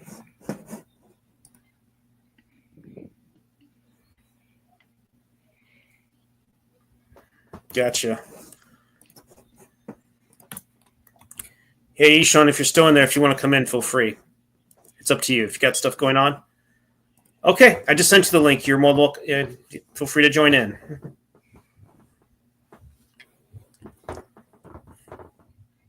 So I'll have another person join in, and it would be pretty cool if some other people could join. I know Wildman said he can't, but it'd be nice if you could. But he's still proactive in the chat, so that's cool. Yeah. Hey, the girl who's playing Lois Lane is the. Okay, so what's that actress? Yeah, let me look. Rachel Brosnahan, I guess. Yeah, she's in her 30s. Going to be in the upcoming Superman flick. You can only hope it's going to be good. So yeah, and she was the marvelous Miss Maisel.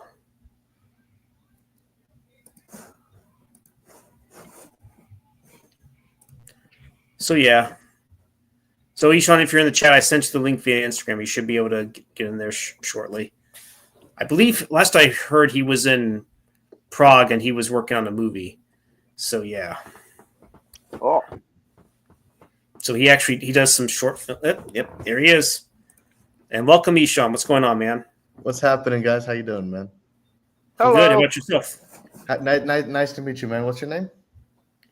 Oh, I go by Trenchy, but my name's Bradley. It's nice to meet you, man. Good to meet you. Likewise. I'm Ishan. Yeah, his YouTube channel is the Soulless Trenchcoat, but he's anything but soulless. That's for damn sure. I got you. I don't know about that. No, yeah. Wildman says greetings, Ishan. Good to meet you. Good to meet you. Dude looks like a Bollywood star. No, I'm a filmmaker in Hollywood, man. But that's what I do. So. I remember you were last nice. in Prague. Are you still in there, or are you I'm back still there. We're almost done with the shoot. So we were scheduled to. So I'm producing a horror film that right now overseas, and it's a major film. It's a big budget film, but we were supposed to technically wrap in next month, but we've been so ahead of schedule, which is super rare, and so we're ending next week, and so we're 3 weeks ahead of schedule, which is unbelievably rare. We're saving close to 25 million just based off of that, which is absolutely huge. So normally the thing is, like, a lot of money typically gets wasted in our industry, like off of silly shit.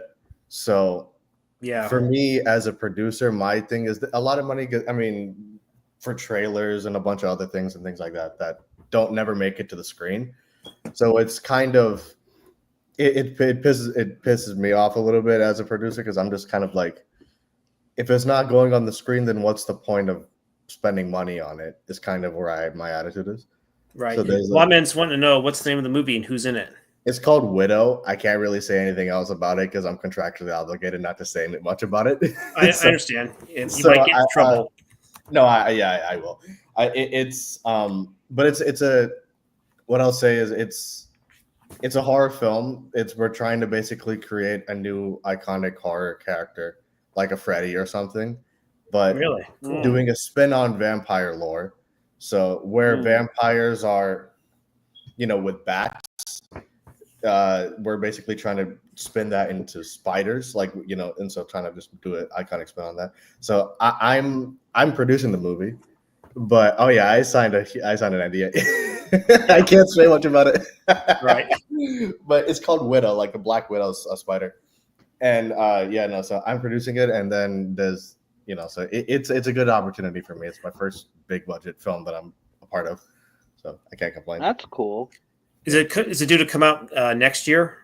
We're still in production right now, so we're trying to get it done like late next year, something around that. So as of right now, the release date's not set in stone yet. Oh, it's not set in stone. Yeah. Do you have a distributor? Is it going to be like WB, Universal? We're trying to get it through Paramount, but like Paramount. Right, so, okay.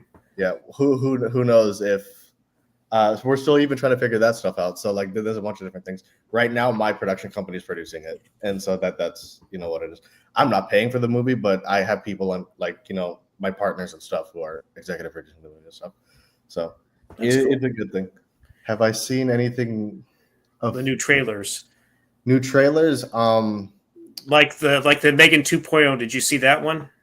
2.0 Megan? Yeah, Megan 2.0. Yeah, I mean, I saw that a while back. It looks interesting. I enjoyed the first Megan enough. It was. Did you saw the first Megan? Yes, I've seen it. It was decent for what it was. It was fun enough.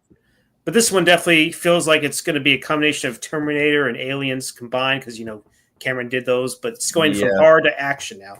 But I shouldn't be too surprised because James Wan has done action-related films before. Is James Wan directing this, or is he on the production team? I think it's the same. I think it's the same director as the first one. I think he's producing it. So I got you. Okay. Yeah. I know that he's producing Mortal Kombat, but I kind of wish he would direct it because I didn't. I mean, I don't mind the Mortal Kombat reboot, but I just didn't care for that character Cole. I don't know if you've ever seen the Mortal Kombat reboot. No, I haven't played the games, but I mean, I like Mortal Kombat was a disappointing one for me, man. Really? Like the movie, the new movie, because I didn't play the games, but where it was disappointing for me was the way the movie was set up. The first 10 minutes I thought was awesome, and then after that, it fell off a cliff. Yeah, the Scorpion and Sub-Zero dynamic was probably the strongest point, and then whenever you see them back later, it probably was another highlight for you when you saw them fighting this time when they were in the actual costume. And I mean, I wasn't like exceeding. I go to see any movie out there, but like, I saw the Naked Gun trailer. That looks funny.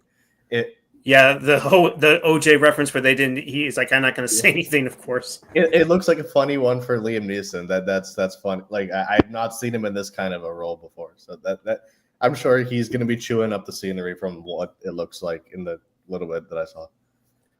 I think he worked with McFarlane in that comedy back in 2014. Like that's right. Yeah. 8 million wasted on the waste. Yeah. So yeah. He was Ted. I remember that. Yeah. And then there was that Once Upon a Time in West or whatever that was. Yeah, and he said MK 2021 makes Annihilation look. I don't know about that because I'm still not a huge fan of Annihilation. The first Mortal Kombat movie, if you've seen that one, Ishan, that's the best. That's the better one to go with. I haven't seen the original one. I have not seen it. Give that one. You'll like that one. I'll watch that. I like Annihilation. I just hate the ending. Oh, you've seen Annihilation? You never saw the first one? Damn. You missed out. You definitely need to watch the first one. Annihilation. I'll watch it. No, yeah, Annihilation.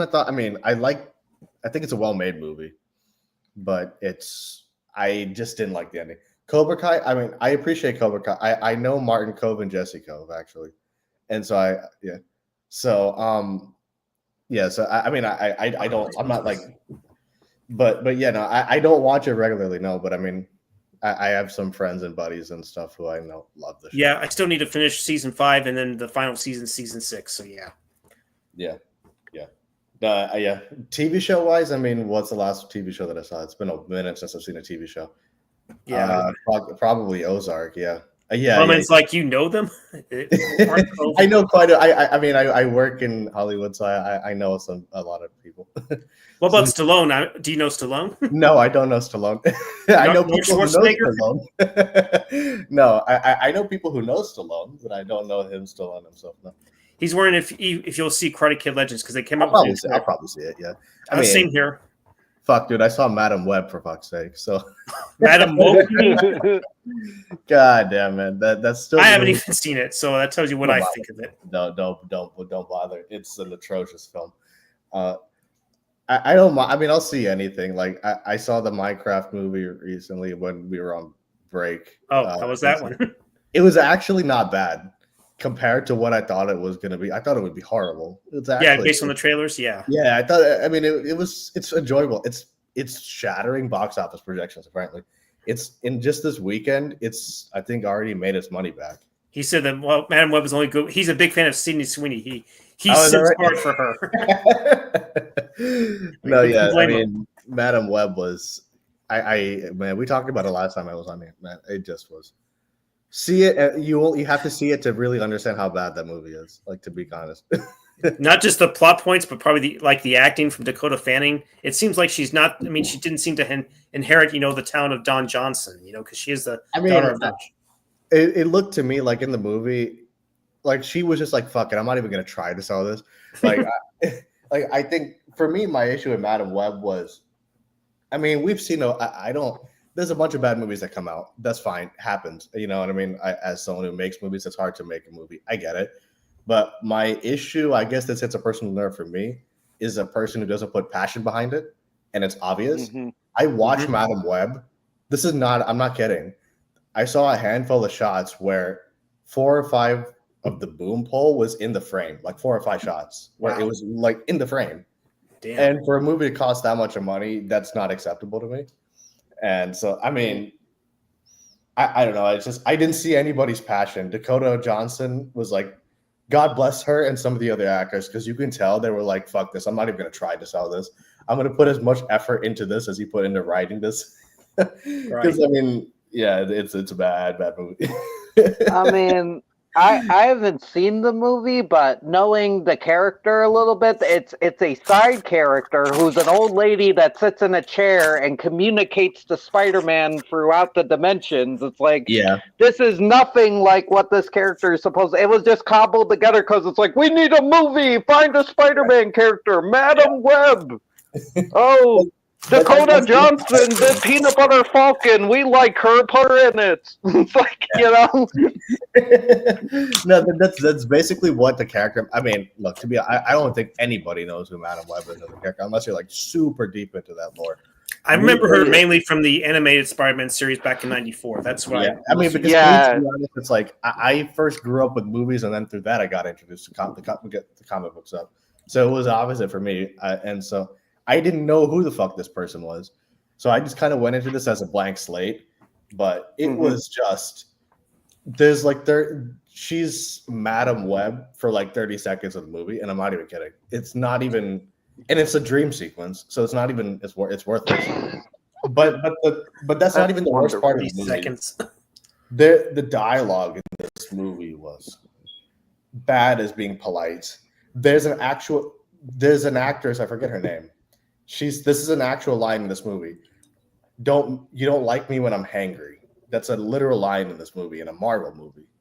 So I was like, and that's not even the worst. I mean, there's a bunch of stuff that goes on in that movie, but they stole the joke from the 2008 Incredible Hulk film where he was trying to say he was angry, but he was saying he was hungry in a different. What the fuck?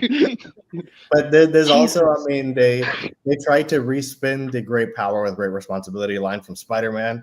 I mean, there's several things in that movie where it's like there's a scene early on in the movie where Ben Parker is Dakota Johnson works as a firefighter or whatever, right? Mm-hmm. And Ben Parker is apparently her partner in this fucking movie. He's there for like 10 minutes of the movie, but like, and so Ben Parker's wife is pregnant with Peter Parker. Obviously, it's Spider-Man, right? And they had this baby shower scene like in the first act of the movie with the sole purpose of saying, hey, these are Peter Parker's parents, as if we don't know who Peter Parker's parents are. But that's the whole point of the scene. And they never mention Peter Parker's name. They just kind of skip around it. So the scene is basically like the characters are playing this game of guess the name of the baby. No one says Peter Parker's name. So it was stupid. It was incredibly stupid. And Aunt May said, I'll answer the questions, but Aunt May says something along the lines of, Ben is so excited to be, this is their spin on the great responsibility line. She says something like, he's so excited to be an uncle. He gets all the power with none of the responsibility. So I heard that line and I'm like, you son of a bitch. Oh yeah, very poor spin. Well, yeah, Wildman's asking what thoughts on Snow White. What are my thoughts on the Snow White madness? God, oh fucking mighty! How long do we have?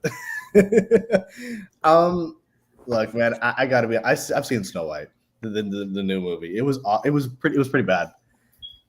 Ironically enough, Rachel Zegler is the best part of the movie. For as much as she has shat on everything, I don't like her as. I'll be candid. I personally, as someone who's in the business, I felt very disrespected by the way she acted. Because I mean, it was so unbelievably condescending. The way that what she's. Have you guys heard what she said? Do you know what she said? Oh yeah, I've heard a bunch of it. I'm talking like I kind of see it as these people live in a different world from us. So I'm smoking. Yeah. I don't get too attached. I like their work, but I don't know these people. Absolutely. Hey, John, I sent you the link if you want to come in. You're more than welcome. If not, it's cool. I understand, man. No, yeah, because it's public knowledge of what. So essentially, like, even I don't. I mean, I trust me. Hollywood's in a bubble. Believe me, I know it. It's just no. I just think. I mean, I guess because I made it apart. What she said kind of rubbed me the wrong way.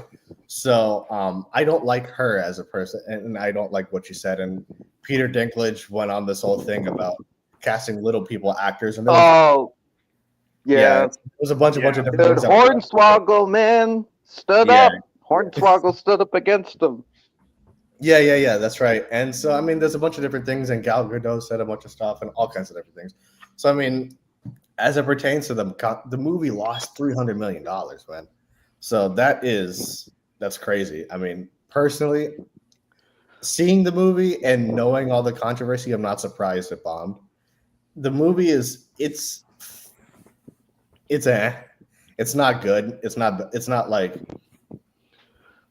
I wouldn't rewatch it again, but it has a really low IMDb rating. That should be telling. 1.6 IMDb rating, I think is what I had. Right, I've never seen a movie get that low of an IMDb rating. I mean, like it has a lower rating than Mortal Kombat Annihilation for crying out loud. Because usually IMDb is even if a movie is bad, they'll give movies like 7s and shit. Right. I've never seen a movie get a 1.6. That is just no, absolutely. It is a bubble, 1,000%. But no, I mean, Snow White, man, was just the tricky thing about that movie was they basically, in my issue with the movie, the dwarf stuff, like the dwarf characters, was by far the most offensive thing in the movie because they basically they made CGI dwarves in the movie. They look so unbelievably god awful, but the thing is that there's other characters who are real life little people actors in the movie who are not these characters, so it's weird. And so there's a bunch. It's a weird. It's not a good movie, man. It's a bad movie. I mean, even before the CGI stuff, they released this picture because they're like, oh, we can't have dwarfs in the movie. So they released these pictures of 7 people, and it looked like 7 homeless people, and one of them was still a fucking little person. And I'm like, what are you doing? But just make 7 little people.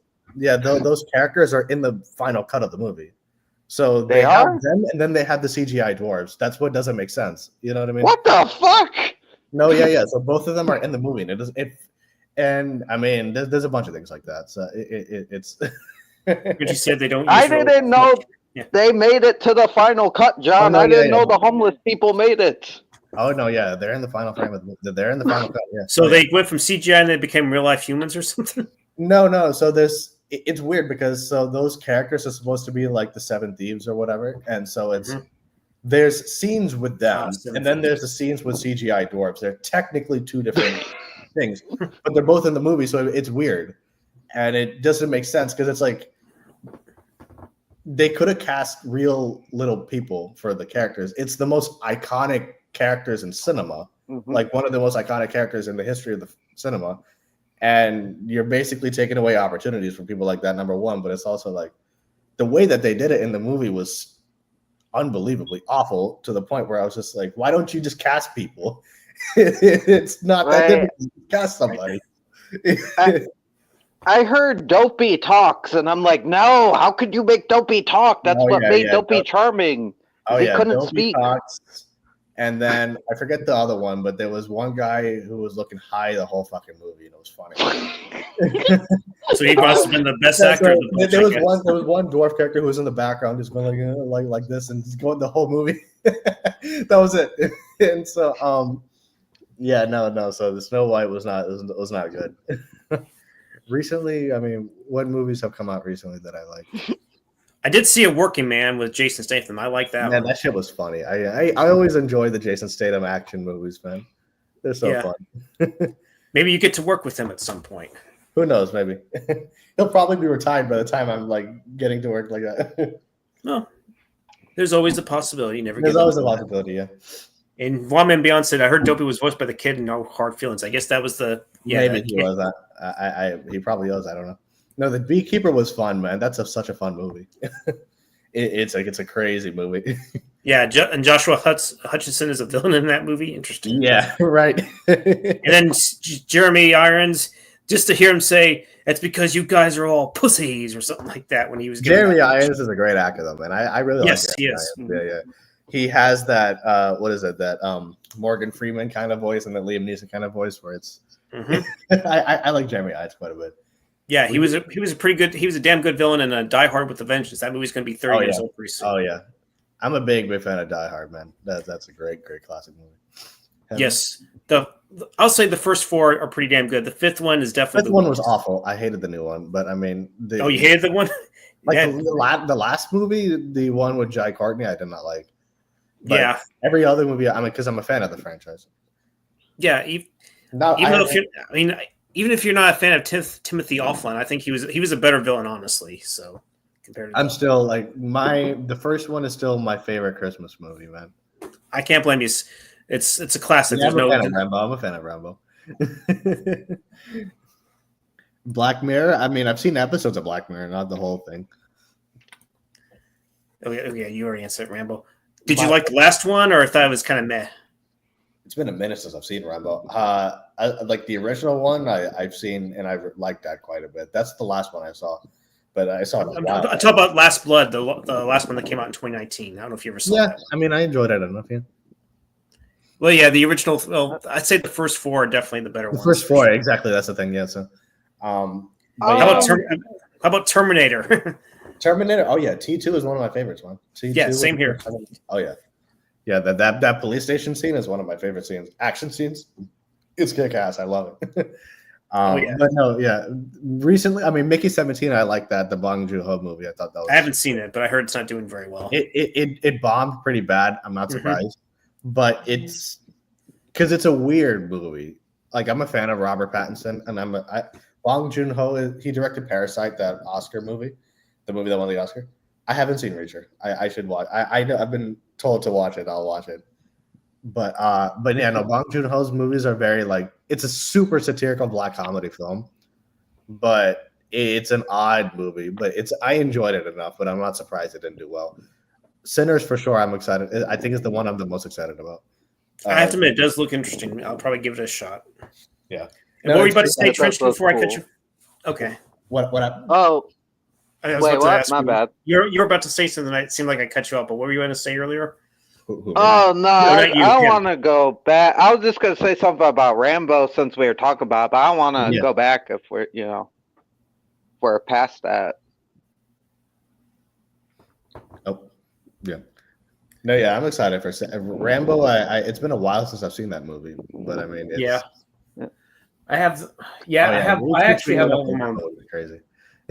Yeah, I have all of them on Blu-ray. I actually really liked Last Blood. I think the director's cut is the way to watch it because there's themes in the director's cut that are kind of not as pronounced than the original cut. And I feel like those are important for the film. And it had its problems, but I think I like it better than Rambo 3. And I love all the Rambos. Rambo's one of my favorite characters in cinema. Oh But I feel like Rambo 5, while it has problems, it touches upon parts of the Rambo character that usually aren't touched upon that I really enjoy, like the tragedy of Rambo and how he was turned into a beast by the military, and he's a man trying to escape the war, but he can't get away. He can't escape the beast inside, and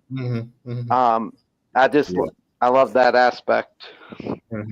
Yeah, I need to rewatch it because it's been a very long time since I've seen Rambo. Yeah, no, I mean recently, Captain America was fun enough. I enjoyed that movie enough. Not the recent one, or I'm talking about the new Captain America. You actually liked it? I mean, it was. I had issues with the movie, but it was enjoyable enough. Dude, I can watch anything and get enjoyment out of it. But I like Anthony Mackie as an actor. I think it was obvious that the movie had reshoots because I can tell it was very obvious that it had reshoots. And I think it's a flawed movie, but it's fun. It's fun enough for me. But yeah, no, I think Sinners is the one that I'm most looking forward to. But part is because I'm friends with the producer and one of the IMAX camera technicians of the movie. So it's I guess part of that is that support of them. But I mean, it looks like a really good movie, and I'm a fan of Cougars. So. It wasn't a Captain America; it was just a Vulcan with Captain America's colors. Yeah, that's fair. That's fair. No, yeah. So it's showing in IMAX 70mm film. If you guys have never seen a movie in IMAX 70mm film, highly recommend it. It's insanely immersive. So I highly recommend you guys do that if you guys are ever going to go to the movies to check something out. I try to go to the IMAX as much as I can. I think there might be a way I can go to the IMAX. Like if I go on Tuesdays, I don't have to pay as much. Do you live in Texas? Right yes, now? I'm in Texas. Yes.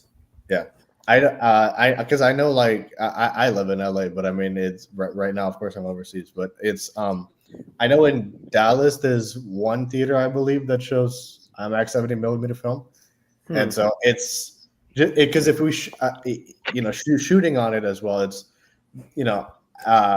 IMAX film in general, like a film reel, it looks kind of like the way our eyes sees the world. So it's very beautiful, but especially IMAX film, it's it's one of the most immersive formats in my opinion. So it's if you get a chance to watch it on that, I would highly recommend you do it because it's quite immersive. Rambo led that way for action. Yeah, I agree. Yeah, I definitely agree. Yeah, I think Rambo and Die Hard were the two movies that kind of paved the way, for sure. And they definitely fleshed it out. Terminator 2, no, I think Rambo and Die Hard, as far as like the action hero thing, I think it's those two movies because I mean, typically like when Die Hard came out, no one would think that Bruce Willis would be an action star like we would think today. Mm-hmm. You think action star, you think Stallone, you think Schwarzenegger and stuff, right? So Bruce Willis is like the everyman. That's part of what made Die Hard such a great movie.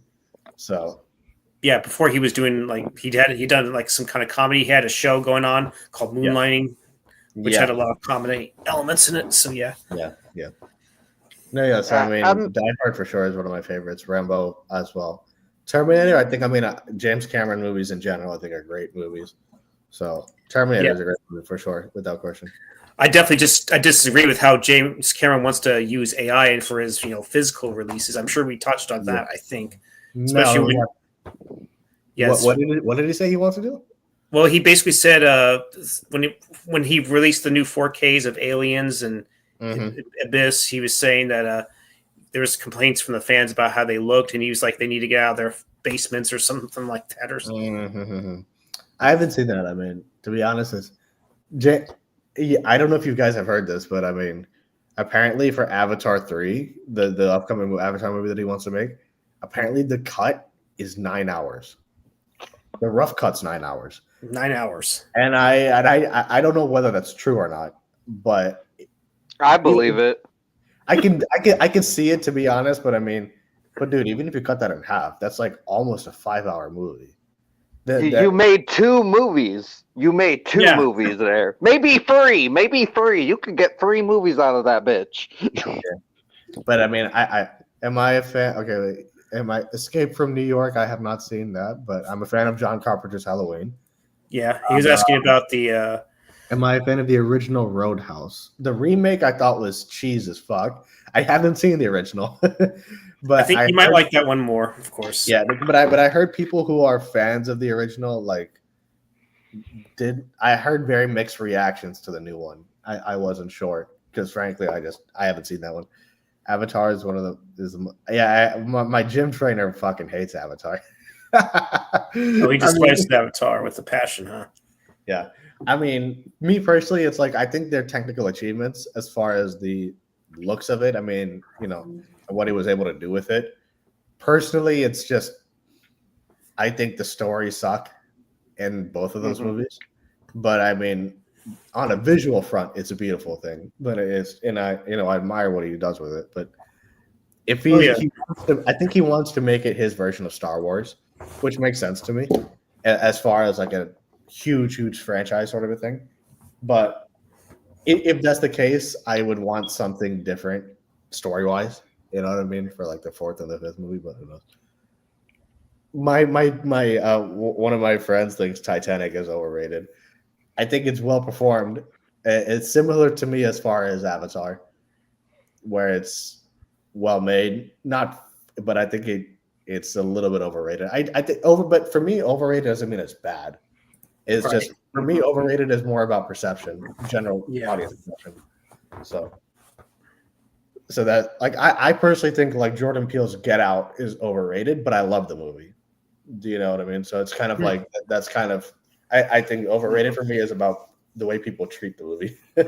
So no, I think it's overrated, but I think it's a well-made movie. I'll put it that way. What did you think of the film Us that he directed next? Because I wasn't too huge of a fan of that movie. Us? I liked Us. I didn't love Us. I had issues with the third act because I felt the third act had insane logic gaps and a lot of logic issues. I respect Jordan Peele quite a bit. Whoa, wow. I didn't know you. I don't. That's a bit harsh, but I can see what he means. Well, you meant to say he's overrated, but I guess that's. I'll put it this way: I like Jordan Peele. I don't love Jordan Peele. I respect what he does. I respect what he tries to do with his films. I think at times where I have a disconnect with his films is he's a great director. I think his problem is in his writing, where he tries to get very metaphorical with shit. Do you know what I mean? It's like in Nope, for example. I don't know if you guys have seen Nope, but I've seen it. What'd you think of it? I enjoyed Nope, but I'll be honest. The first time I saw it, I had no clue what the fuck was happening. So no, when I first saw Nope, I didn't know what was happening, but I thought it was visually beautiful. So like with Nope, for example, like the opening frame of the shoe standing up like fully, I feel like he threw that in just for metaphor's sake, and that's a little bit where my disconnect with him lies as a writer. But I think as a director, he's good. You know what I mean? So that's kind of where, as far as Us is concerned, I think the main actress, what's her face? Starts with an L. Lupita Nyong'o. Yeah. I thought she was awesome in the movie in terms of performance. I liked her quite a bit in the movie, and I think the movie I enjoyed the movie overall, but I think the third act especially just gets bogged down with conveniences. I think to the point where it's just like I think it's his weakest film, but it's not a bad film. I'll put it that way. It's like a 7 for me, 7 out of 10. Yeah, I mean, I didn't hate the movie, but I felt like there was definitely problems with it, especially with the twist. Yeah, the twist wasn't. I wasn't a fan of it, to be honest. Yeah. No, I remember that. I saw it. Yeah, it failed. No, yeah, the new Twilight thing wasn't bad, but it was bad. But I think him as a director, I mean, his movies are flawed, but they're very interesting. I would rather take. I mean, he brings interesting ideas. It's just that some of them don't always are. His ambition overreaches it. I think sometimes. Right. Yeah. I mean, I'm sure there's some creative things that he has going for it, but it just, Yeah. He's actually producing another horror film that's set to come out in September this year. Yeah, it's he's producing it, he's not directing it. It's called Him, like H-I-M. So it's like I think I don't know what it's about, but it's like I think a horror movie with like a football player or something. I don't know, something like that. But the poster looks cool. So if there's that movie that's coming out. I think he's set to direct his next movie next year. So.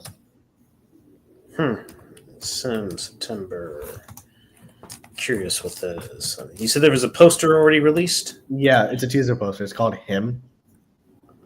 The football. Okay. Yeah. Marlon Wayans. Interesting. Yeah. Marlon. Yeah, exactly. At first, I thought he produced the recent movie that I saw, The Woman in the Yard, but it definitely wasn't. I hated that movie, man. I did. Oh, you hated it? Like, it was boring, number one. But you would think that a movie being The Woman in the Yard, you would think that's not the whole movie. It's the whole movie. Like literally the whole movie. She's literally just sitting in a yard the entire for 90 minutes. But I had an issue with the theme.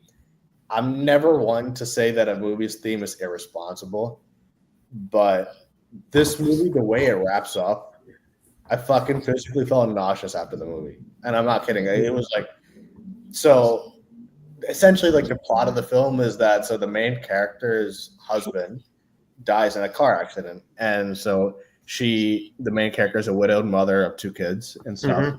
And so they basically go to this farmhouse or whatever, to get away or whatever. And this woman in the yard shows up out of the blue and stuff. So, first of all, the characters are horrible in the movie. The mom is the most dipshit mother I've seen in a movie ever. She was the most incompetent mother I've and it was to the point where it was infuriating. So there was that, but then the woman in the yard, the character, is essentially like a psychological manifestation of her grief in the supernatural sense. But the way the movie wraps and the message of the film, I felt was very, very off-putting to me, because there's at several points in the film where she wants to commit suicide. And she's considering basically leaving her kids as orphans. And the film basically ends with her doing it and leaving our kids as orphans. And the message of the film is that you should leave your kids as orphans, essentially, is what the film ends on. And I saw that and I was like, dude, I got pissed. I was mad. And I don't get that way, but I'm leaving stuff out, but because I can't remember everything that I saw, but the way that movie was, the message of that movie, if you see it, you'll know what I mean. I've seen it, but I'm wondering. I don't think she did it. I think she was maybe going to, and I guess she changed her mind. I think I'm not sure. But the final reel of the movie, you've seen the movie, yes.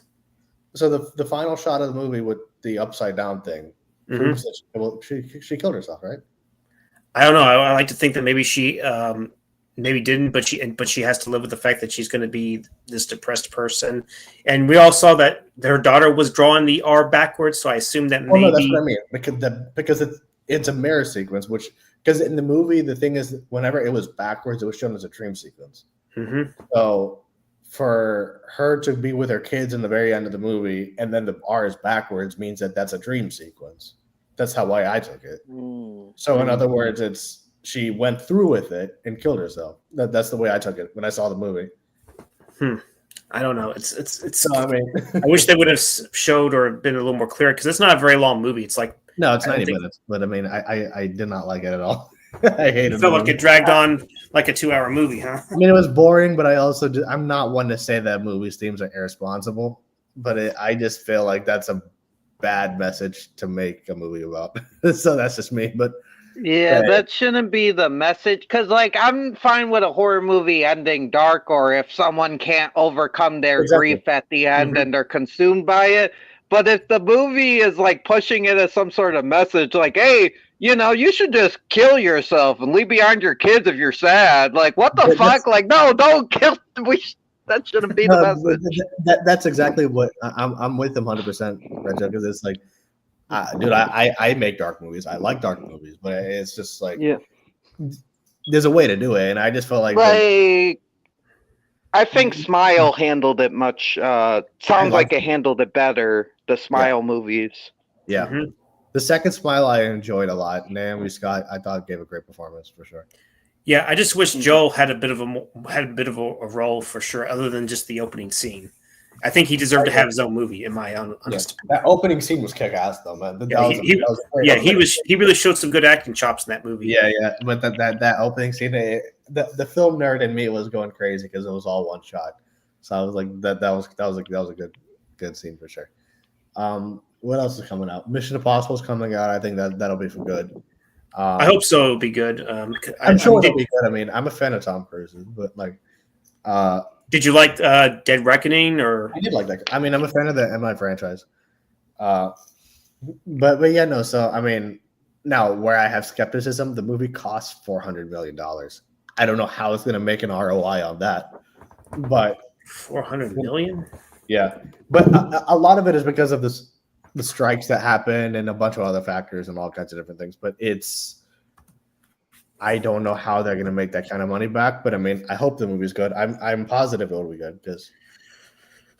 Oh boy, 400 million. I wonder how they're going to. It's too much. I don't think it'll make that. I mean, I think it'll probably because Fallout is my favorite of the Mission Impossibles. Yeah, same here. Fallout was my favorite as well. Yeah, and so but even that didn't reach $1 billion. I think it reached 800 million, something like that. So, which I think that's great. If this movie reaches 800 million, that's going to be awesome. I hope it does. And but it's I don't know. I just feel like that's a very, very steep number. Top Gun Maverick is one of my favorite fucking movies. I love. Yeah, I saw that movie 10 times in theaters back. Oh man, I saw that in because one of my friends also worked on that movie too, and one of my friends worked as Tom Cruise's assistant, and he was telling me the way that because also Tom Cruise is a producer on these films and stuff, right? Mm-hmm. So he was telling me exactly the way that he runs the sets and stuff, and but no, Top Gun Maverick was insane. The action scenes in that were off the fucking charts. It was a great movie. Yeah, no, I love Top Gun, man. The original Top Gun, I didn't grow up with it, so I don't have the nostalgia for it. But I like the original Top Gun. But I respect it for what it was, and I respect it for how it was at that time. I think this new movie is better. Like personally, for me, it was the first one I liked. I guess because I didn't grow up with it, there's that nostalgia barrier that I don't have with that original movie. I guess if that makes sense. So. When I saw Maverick, I was blown the fuck away by it. I was like, Jesus, man, because I felt like they just topped themselves in every front. On the action front, especially, I mean, the dogfight scenes were crazy. Definitely. Yeah. And rest in peace to Val Kilmer as well, too. Yeah, man. Yeah, man. So sad. He could have had. I think he could have had a much greater career, much longer career if his health was better. Yeah. The Real Cinema's the tallest IMAX in the world. Wow, really? Damn. Oh yeah. It's worth it, man. Trust me. 76 feet. Oh yeah. Okay, just to get back, 76 feet tall, 101 foot wide in Puma, Georgia. He was not a fan of the first. What did you think of Maverick? I don't know if you ever saw that one. No, that's what I was talking about. Maverick is my favorite. No, I'm talking to John Steele about it. He said he didn't like the first one. I asked him Maverick. I know you love the first, not the first, the second one. I really enjoyed the second one. It was worth it. It's what made theaters fun. Yeah. It brought the funness back in theaters. So yeah. I liked the first movie. I just didn't grow up with the first movie, so there's that nostalgia disconnect. That's it. The theater has just got. Okay, you're on your way. Hopefully, you'll still be around. It depends on how long I'll stream, but if you're around, you're around. I'm talking to Nate. I see. Oh, Trench. I guess Trench might be having difficulties, but sometimes it happens. No worries. I love But yeah, no, I mean, yeah, no, I'm a big, I guess because I make them, but I'm a big proponent of the theatrical experience. So like, there's nothing to me. Yeah, quite the like theatrical experience was astounding. I mean, Yeah. even like weeks later, people were still seeing it. You know, people were still cheering and all that stuff. It brought the funness I back in the believe theaters. personally, like if movies make their money back, then it helps the business. It helps me, you know. So it's like I want films to succeed, man. It hurts whenever, like, unless a movie pisses me off to a point where I can just an unbelievable point. I hope and I want every movie to make its money back. That's kind of the way I am. Right. Yeah. Barring a situation like a Madam Web or something where it was obvious there was no attempt at any passion. That's Right. that's a situation where I'm like, fuck you to everybody. But but other than that, I would like I hope Sinners. I was sad when Mickey 17 didn't make their money back. You know, Novocaine I thought was a lot of fun. That movie was a lot of fun. I saw Novocaine. It was definitely a fun movie for sure. So I wasn't a fan of the antagonist, but I liked the movie. I'm a fan of Jack Quaid. I think he's a solid actor.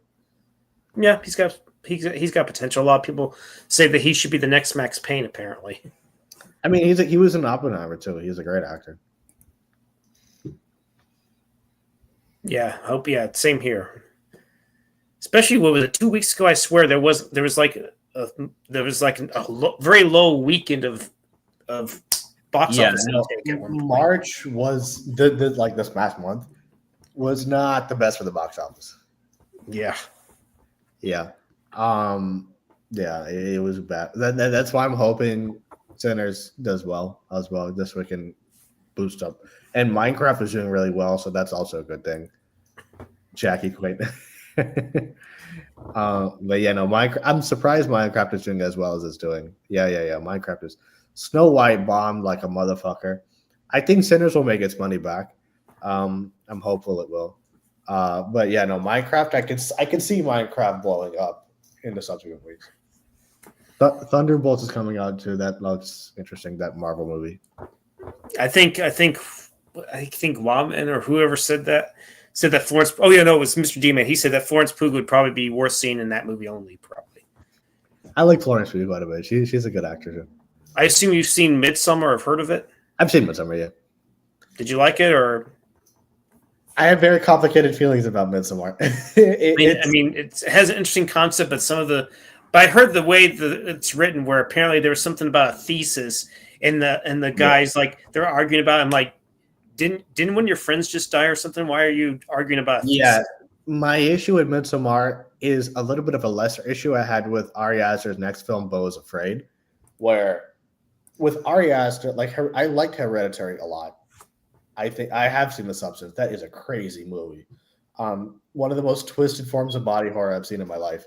No, I do have complicated feelings about Midsommar because it's in general with Ari Aster for me, man. It's like you can see the talent there, but I feel like he's very self-indulgent as a writer. Like Midsommar was almost 3 hours long. Wow. I think Beau is Afraid was over 3 hours long. And I heard it was that. Well, Rabble Rock for Life didn't like Beau is Afraid, but Beau is Afraid is the fucking weirdest movie, man. I personally loved it. I love, and I'm not a big fan of Aster because I'm not big on Hereditary. I haven't seen Midsommar, but it sounds like Wicker Man Light. But I'll give it a chance. Yeah. But Hereditary was good, but I think it's overrated personally. But I loved Beau's Afraid, so I don't know. If you like Beau's Afraid, you'll probably like Midsommar because it's as weird, but like just a tad bit toned down. For me, Beau's Afraid was a bit too weird. That's just me. But and I mean, I don't know. It's just I feel like, at least for my personal taste, it's a bit self-indulgent for me. But I feel it is. Yeah, I feel like he can. It's a 3-hour movie that can be told in 2, and so that's kind of where I am with it. But he's a talented filmmaker for sure. But Midsommar is Florence Pugh by far for me was the best part of Midsommar. I mean, that's the first movie I ever saw her in, and you know she's a great actress in general. I mean, She was in that. Oppenheimer, which I'm a fan of. She was great in. Yeah. So I mean,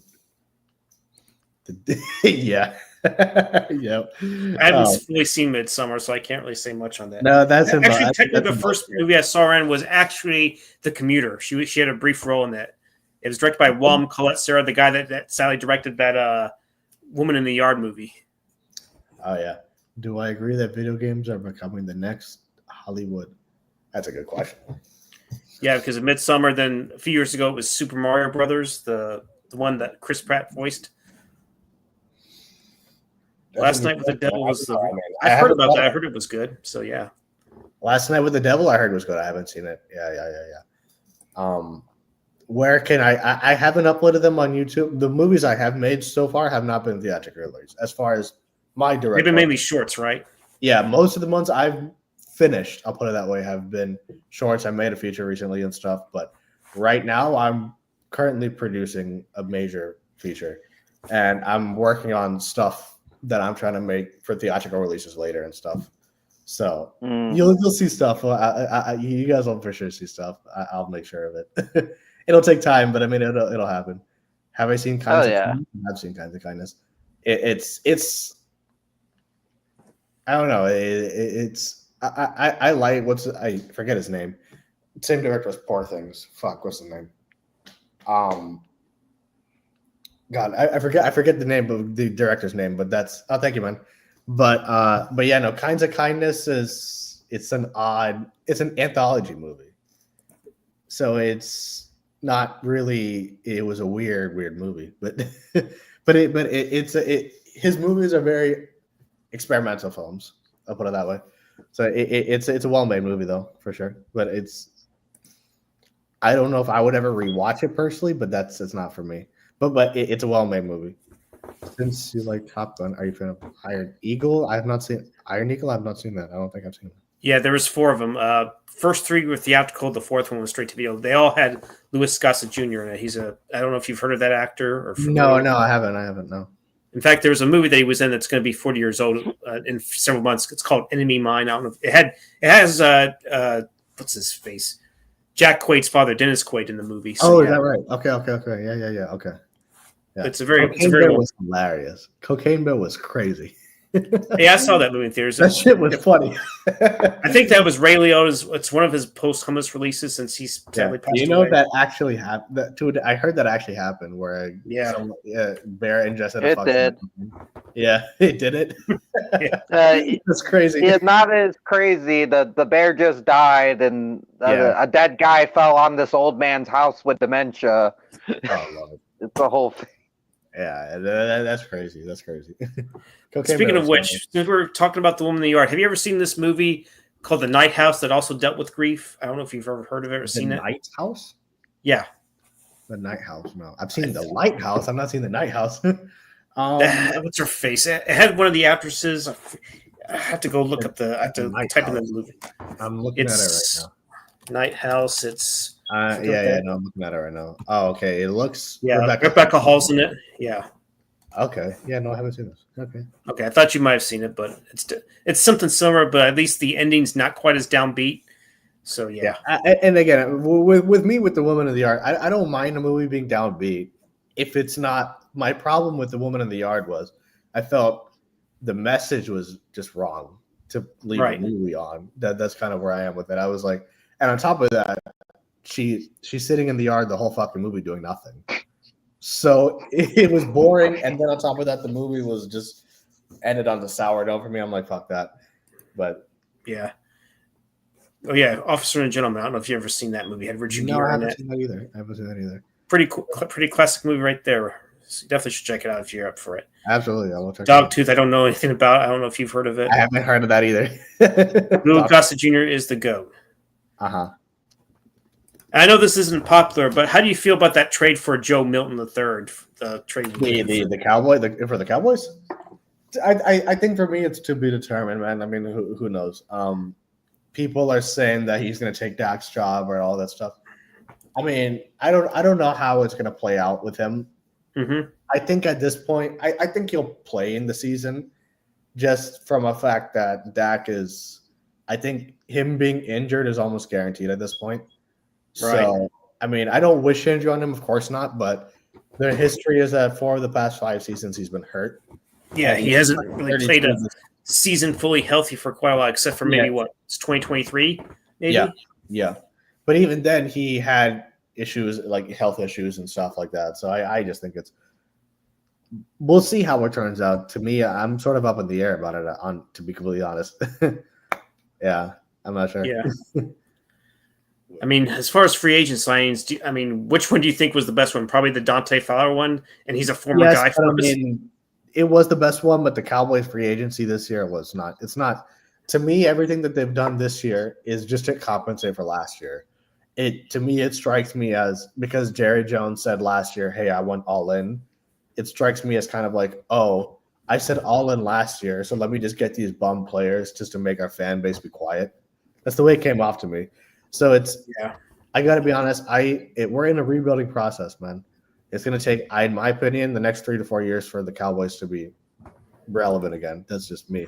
But yeah, I guess you can see maybe a 9-8 season or 8-9 season or something. I got to be honest. Just looking at, even if you look at our opponents, we have a tough schedule. So yeah. I think we're going to be lucky to win 7. We'll be lucky to win 7, I think. It could be another 7-10 season. So yeah. Thoughts on the MCU right now? I have very complicated feelings about the MCU. I think it's. Did you see Deadpool and Wolverine? I enjoyed Deadpool and Wolverine a lot. That's the one movie I really had a great time with recently, and as far as the MCU is concerned. I think in general with the MCU, I'm at a place with it where I'm hoping they're good. I'm not expecting them to be good. That's kind of not since Endgame, right? Yeah, not since Endgame, exactly. But when Endgame came out, when Infinity War came out, Civil War, Winter Soldier, which is still my favorite. Winter Soldier and Infinity War are my 2 favorites of the MCU recently. It's when those movies are coming out, I almost expected it to be consistent. Now I don't. You know what I mean? So I'm at the point where it's like because they've had a stretch where it's just inconsistency and a lot of very bad films like Love and Thunder and shit. I'm just kind of like, okay. I mean, they've lost a lot of trust in me. So I'm like, okay, let's see what they do. And if it's great, I will love it. But I'm walking in. Let's just see what happens. Let's just see. I'm hoping this movie is good. I can't expect it to be good. That's kind of where I am with it, to be honest. I don't know what you guys think about it, but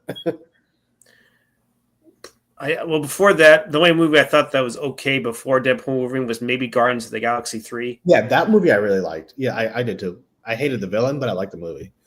I think the villain was definitely unlikable, but he's a villain for a reason. So yeah. Yeah. No, I felt for me with the villain of Guardian, where I really liked Guardians 3 was how emotional the movie was. Mm-hmm. I felt it was, especially with its themes on animal cruelty.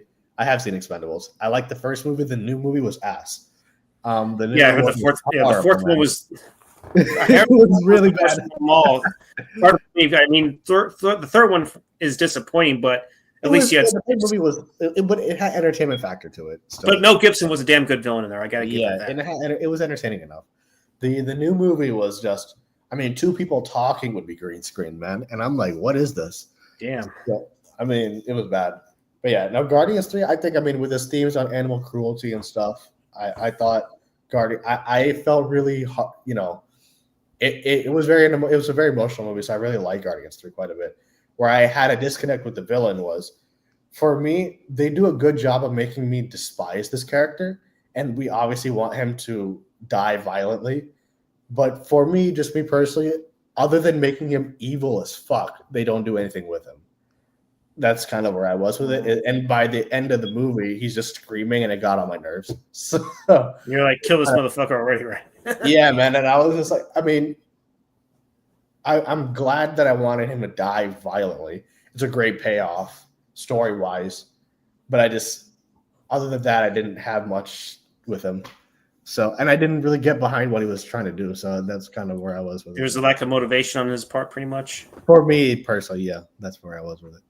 The MCU Yeah. has running its course. Kevin Feige's running. Yeah. I think that's fair. I think that's fair. Yeah, because I didn't care for the Marvels, which I heard bombed. Marvels was bad. It was the Marvels, Madam Web. They're checking the box movies, man. If you know what I mean. Yeah. Some people, because he said "screw your freedom" at one point. Something about the mask. Arnold's a character, man. That dude's crazy. Yeah. Yes. He's probably telling telling Waldman to get your ass to Mars. Total Recall. That's a damn good Arnold film, by the way. Total Recall is a solid one. Hell yeah. Oh yeah, Total Recall. Yes. I still can't get over the part where the lady tries to take the suitcase. That's the original. That's a Karen in the future. You know what's funny?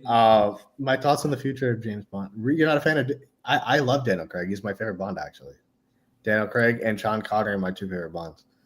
I know that. I mean, I like Connery, and more. They're both equally great, but the most to me, I like Timothy Dalton. I don't know if you've ever seen him. Oh yeah. I've seen every Bond movie. I just got through uploading my License to Kill tribute. Actually, oh, is that right? Okay. No, yeah. I'm a die hard of the Bond franchise, man. I grew up with it. So, Casino Royale was the first. The Daniel Craig's movie was the first one I saw, but I'm a fan of Daniel Craig, man. I like his Bonds a lot. I don't know. Let me make it No, yeah. I mean, as far as the future of Bond, I heard that Amazon all the Black Williams stuff gave it up to Amazon. But I heard they're trying to get Christopher Nolan involved. If that's the case, then it's set. The future is good. Christopher Nolan hasn't missed so far, so I don't see any reason why he would. And he's personally my favorite filmmaker. Christopher Nolan is. So and yeah. So he's right now filming. What is it? The Odyssey, the one on the. He is. Yeah. So. I'm sorry. I know you say he was your favorite filmmaker. I find him overrated. I like some of his. I do like his movies. I think they're good, but just some of his movies, I just think I don't know. I think some of his movies don't deserve the praise they get. Wallman will definitely agree with you. Yeah, I like Inception, but I have no urge to rewatch it. Like I like Interstellar and I love The Prestige. The Prestige is my favorite from him. I think that was a great movie he did. But like when we get into Batman and stuff, I'm like, it's good, but I don't think it's as good as people say, in my opinion. Yeah, I mean that's fair. I mean, I think The Dark Knight again. I'm a fan of Christopher Nolan quite a bit. I do think that The Dark Knight is overrated. I agree, but I think The Dark Knight's awesome. Where I get overrated with it, where I think people gets overrated is we can no longer have a discussion about the best comic book movie without people shoving you aside and saying The Dark Knight. Or saying who's the best Joker. I mean, I'll say this. I think they were both equally good for the time. Let's just absolutely. But Heath Ledger plays a more darker version in a way. But personally, for me, I think he's a master filmmaker. That's me, and so it's just. And I mean, to each our own, right? Everyone has their own opinions on that, but like that's just what it is. But Oh, continue. My bad. Oh no! I was just gonna say he's just. For me, it's where I think in terms of overrated. I think a lot of it is the fans. To be honest, I don't think it's him because I think it's the way that because to me, and it's also partly because like I know people who work on his crews and stuff, and it's I think part of it's because he just wants to make a movie that's good. That's the only. He's like, I just want to make something that's cool, and I think the fans kind of go overboard with praise or negativity and all that kind of stuff. Like, it's, and so I think that's kind of where the overrated aspect comes into play. But for me, just judging him, I personally love all of his movies, and that's me. So that's kind of where I am with it. John Carpenter. Yeah, absolutely. I think he's good, and I can't say any of his movies that I've seen are bad. It's just sometimes I think he just does a little too much. Like sometimes I'm like, dude, I can't keep up with what you're doing. Like I think he's like, I gotta prove how smart I am, and it's like, God damn it, dude, just chill. And there's some directors I like that because I just said I like Beau's Afraid, which is very pretentious, so it's kind of hypocritical. But I'll own that. But yeah, just sometimes I don't know. He does a little too much, and then he's like doing the Odyssey, and that's a very I love that story. That's a very close story to me. So I'm like, God damn it, why did it have to be him? He'll do good, but I'm like, why?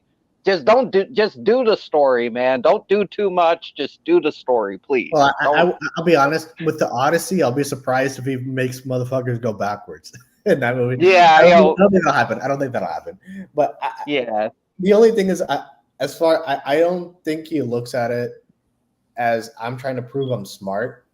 And I say that, I mean, he is an intelligent guy. I know that, but I don't think he's trying to me, like, because people use that with Tenet, for example, like Chris is Tenet. I personally really like Tenet, but to me, when I saw Tenet and I spoke to people about the film, it was kind of like the way that I took it when me personally, I watched the movie, just me, and then speaking to people about it, it was almost like he just wanted to do a spy movie, but Nolan being Nolan, he just liked this really weird, twisty time travel aspect. And so I think he just tried to make that his thing. But I heard some people, like one dude say to me, like one time when I was saying Oppenheimer's, because that's my favorite movie. When he was like, oh, he made Oppenheimer because he thinks he's Oppenheimer. I frankly think that's idiot. I don't think that's right. I think that's stupid. That's just me. I don't think. Yeah. So I mean, I wouldn't go that far. I wouldn't go that far. Yeah, because I heard someone say that to me. I'm like, dude, nah, man, I don't think so. I think he just wants to make good stuff. That's just me. But I could see where people have a little bit of a thing on it. I mean, I'm not the kind of Nolan fan where it's like everything he does is, Jesus level, but he has flaws. I mean, The Dark Knight Rises, for example, I think is his most laziest script. Right. As far as anything he's ever written. I still enjoy the movie, though. Yeah, I do think that Tom Hardy was a good Bane. I just feel like it kind of fell apart where it just like they pulled the rug underneath this, and the main villain was actually Miranda Tate. I didn't like that part. Same here. And it just seemed like it made Bane just like second tier to her. Absolutely. And I think Dark Knight Rises was the script because it had the most conveniences. And usually with Nolan, for me, I don't find that to be the case. With these very high concept films like Inception, Tenet, The Prestige and shit, Memento and stuff. So I don't really find that to be the case. Usually Dark Knight Rises, I found that. So, I mean, I think for me, just my subjectivity of it, I can call out the flaws of this movie like a Dark Knight Rises, but still enjoy the movie. I think in some cases he gets a little bit of overhated and overrated, which is, I think it's a weird balance on some of the fans. It's the same thing with Snyder, I think, where he's either the greatest or the worst, and there's no in between, and there's no dialogue. So that's kind of where I'm, because like people on Tenet so much to the point where I'm just like, dude, people say it's the worst movie ever. I'm like, God, it's not. I mean, I think it's a very selective taste movie, but people say, oh, it's shit. You'll have motherfuckers acting like you could not hear a word of the movie at all, like from start to finish, like not one single word of the movie. And I'm like, okay. But then at the same time, it's not perfect. Kind of, you know what I mean? That's where I am with it. Yeah. Like I do give Nolan shit, but it's mainly because I see him praised so much. I'm like, I don't know. I'm middle ground. Like I don't hate his movies because I'm more like early. Like I'm more like The Prestige and Memento, and I do like the whole Dark Knight trilogy. I even defend Rises to a certain degree. I think it has problems, but I don't think it's terrible. Exactly. I like some of it. But I do think also his stuff is a little overrated as well because people push like Inception and Dark Knight to the moon, and I'm like, I wouldn't do that. I don't know. Right, exactly. I mean, that's what I completely hear you. I think it's a matter of taste at the end of the day. I think, right? That's kind of where it is. With Inception, with I do agree. Dark Knight gets like, and I think it's the same thing with the new Matt Reeves movie, where people are just like dick riding these movies so hard. But I'm just like, good Lord, man. Like, I mean, the Dark Knight's awesome. The Batman's awesome. But it's not, people are like, it's godlike. I'm like, it's great. It's awesome. It's not quite that good. Yeah. You can You're making it feel like it's like the most omnipotent masterpiece ever, right? Yeah, and I'm like, we can't have discussions about it anymore, man. I'm like, come on. I'm a Nolan buff, but I can say that The Dark Knight has conveniences in the movie. Right. It's not. Yeah. So it is what it is. I'm a Nolan buff. I can say that Tenet is unbelievably complicated, but so it's you know what I mean. That's kind of where I am with it. But I don't know. Edgar Rice Anderson filmmaker. Yeah. It's just I see people see like The Dark Knight and then they think every superhero movie has to live up to that level. And I think there's superhero movies that have different value but are that like Guardians of the Galaxy 2, I think that has a really important message about how when some people are hurt, they push people away because they don't think they're deserving of love. And I'm like, this is such a deep message. But people look at it and be like, he turns into Pac-Man at the end. It's stupid. It's not Dark Knight. And I'm like, I think it's on the level with Dark Knight. I think it's better, in my opinion. That message is great. 2, I mean, but I think it's a subject again. It's subjectivity. It's opinion based, right? Yeah, definitely subjectivity for sure. Yeah. I mean, I love The Dark Knight. I love the Batman, the Matt Reeves movie. I think they're great films. I think they're great comic book films. But I just think the fans gotta like, not even just Nolan fans. Like it's the same thing with Snyder's fans. Snyder's fans get on my nerves, man. I gotta be honest. Like some of the Snyder cats, man. I don't know about you guys, but I've had encounters. I got raided by one of them. And it was kind of my fault, but I used to do long streams and shit, and I found out the Snyder Cut was going to be 4 hours long. And in defense, I enjoyed it when it came out. I liked the movie.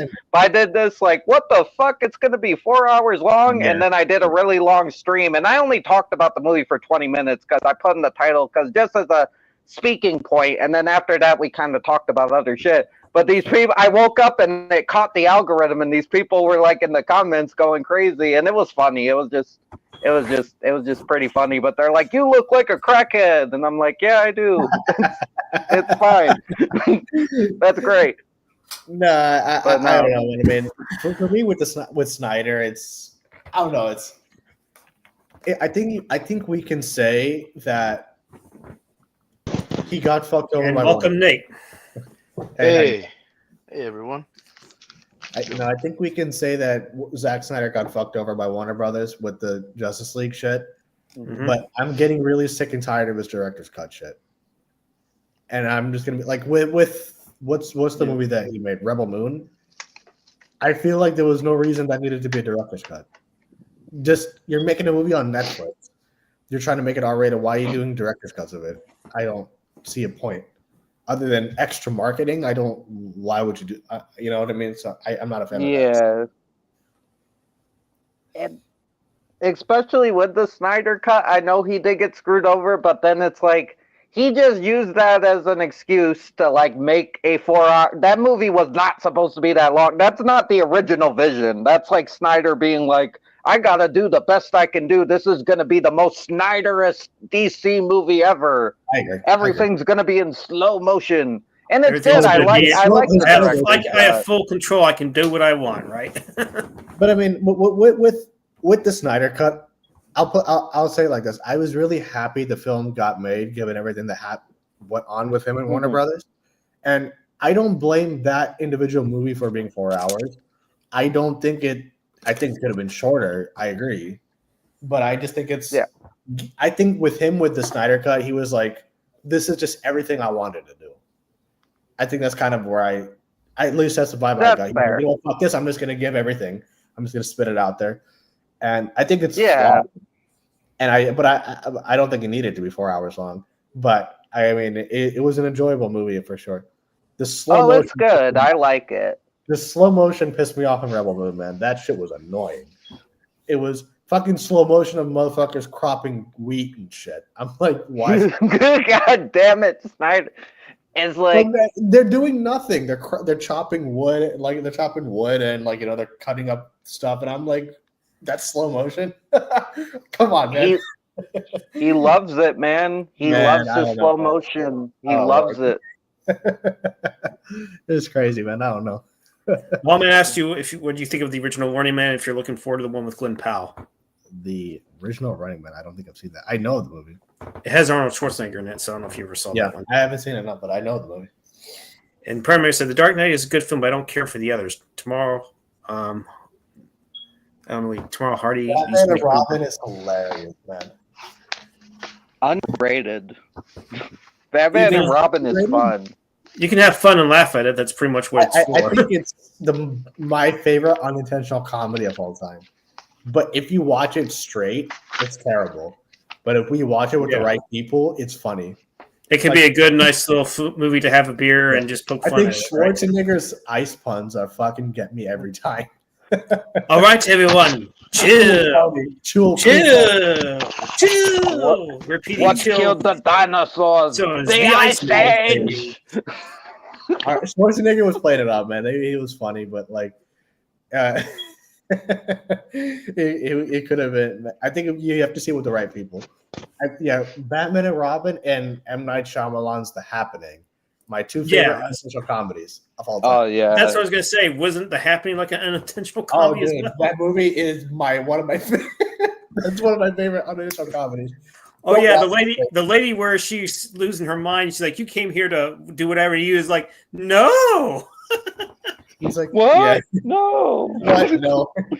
I don't know if you guys have seen this, but there's actually a clip that went around when that movie came out of Mark Wahlberg calling bullshit in Shyamalan's own script.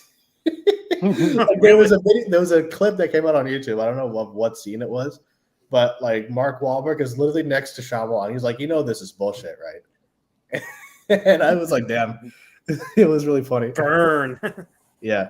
So I mean, the main actor's calling out the director. That's pretty funny. Shyamalan, he's a super interesting case to me, man. I don't know. I did see his recent film. Trap. Trap, yeah.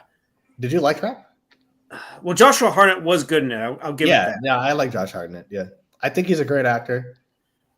Man, have you two seen Trap? I haven't. It's a newer movie, and with new movies, I get to them eventually, but I'm not the one to watch new movies right away unless it's something I'm really, really interested in.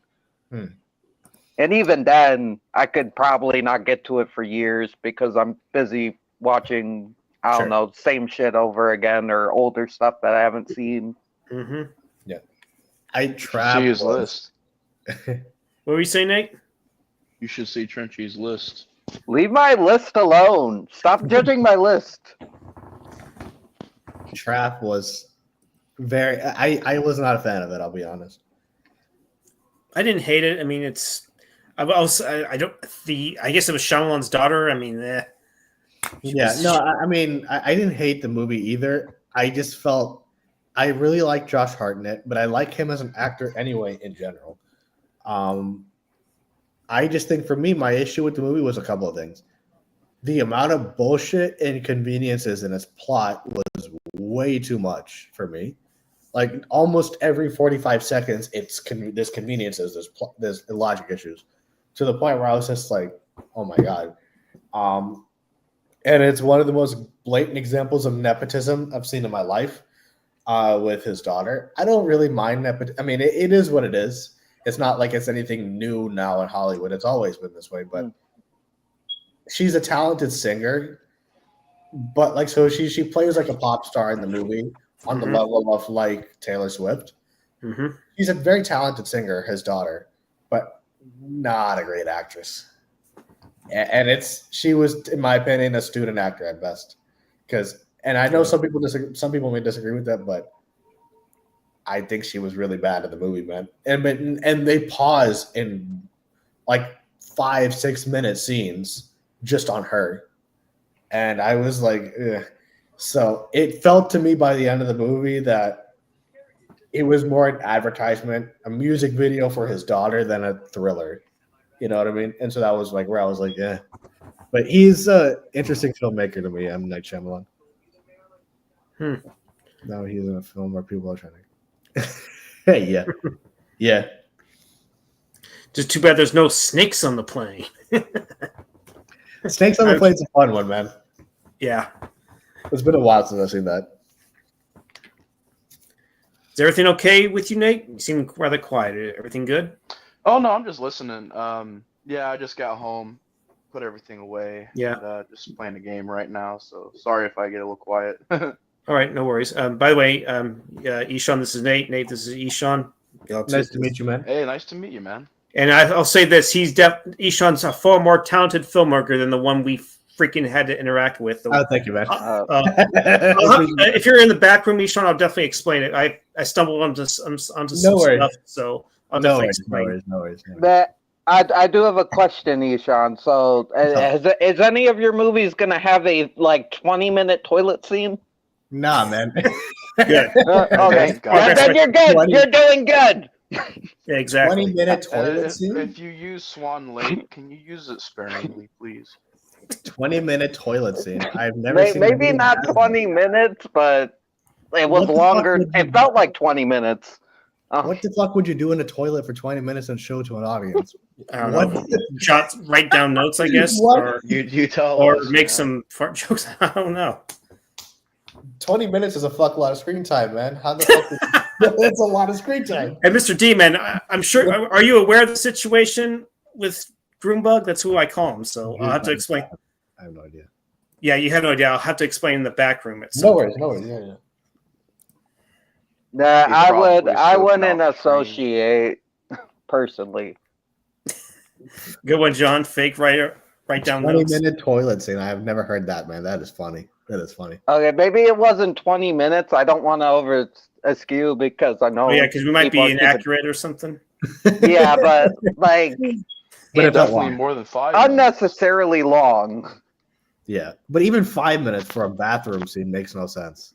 But I mean, in a bathroom scene, what would be the point of showing? I don't know the context of the film. Well, supposedly it was supposed to make you think. You were supposed to be really disturbed. Think about what? Deep in thought or something like that, I guess. I don't know. I mean, It's granted, a scientific experiment to solve a crime. I'll just say that. What crime is it going to be solved in a bathroom? I want to know. I really want to know what movie this is. I got to be honest. It might be it's still available. I really want to know what movie this is. There's Or maybe I 5 think cuts I think the of sequel was going to be called "Shitting in the Toilet." I guess. Oh, I good Lord. personally like the alternate cuts more than the original cut. Of which movie? Should I go ahead and reveal the name? Yeah. It's called The Holiday Intruder. That's what it's called. The Holiday. Yeah, look up the Holiday There- Intruder.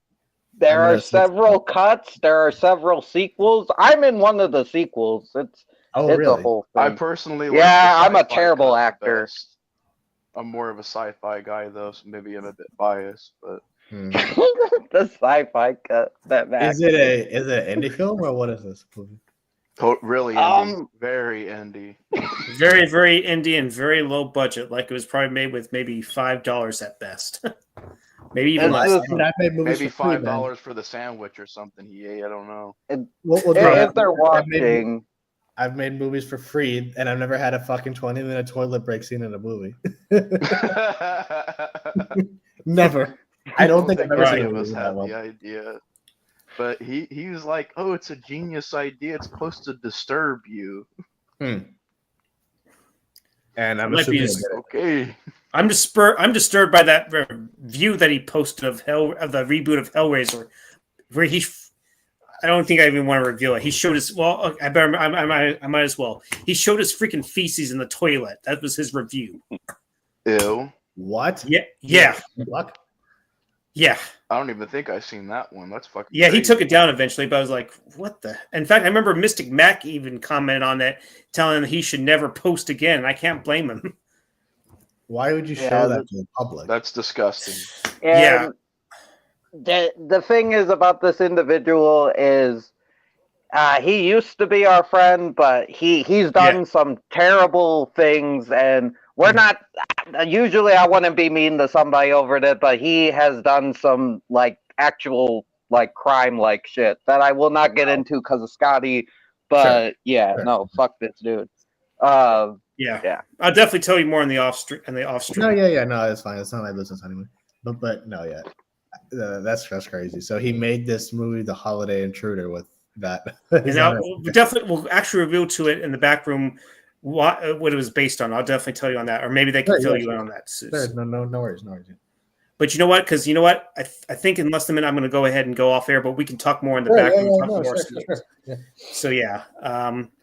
But anyways, it was definitely a fun stream for sure, especially when you came on here and it was fun, but it was very informative. You have a lot of knowledge, dude, and your knowledge of films and how you perceive them.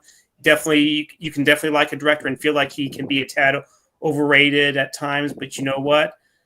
You are honest and thorough with your opinions. So we need to have you more on my streams for sure. I appreciate that. I appreciate that, man.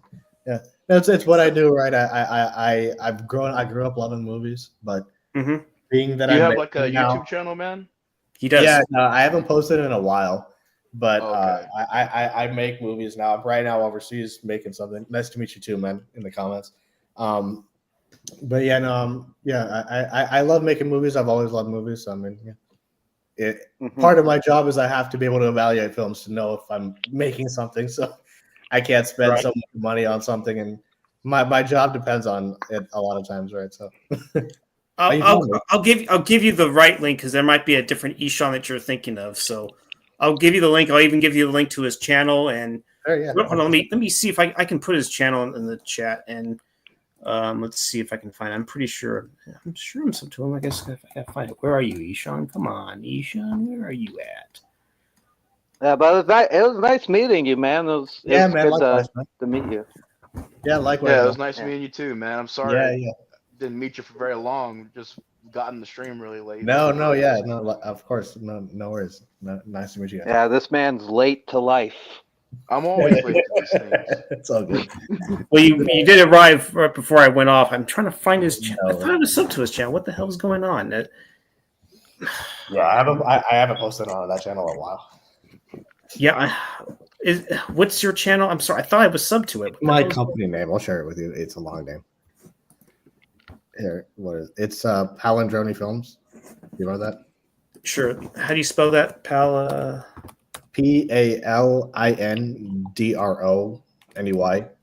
Films.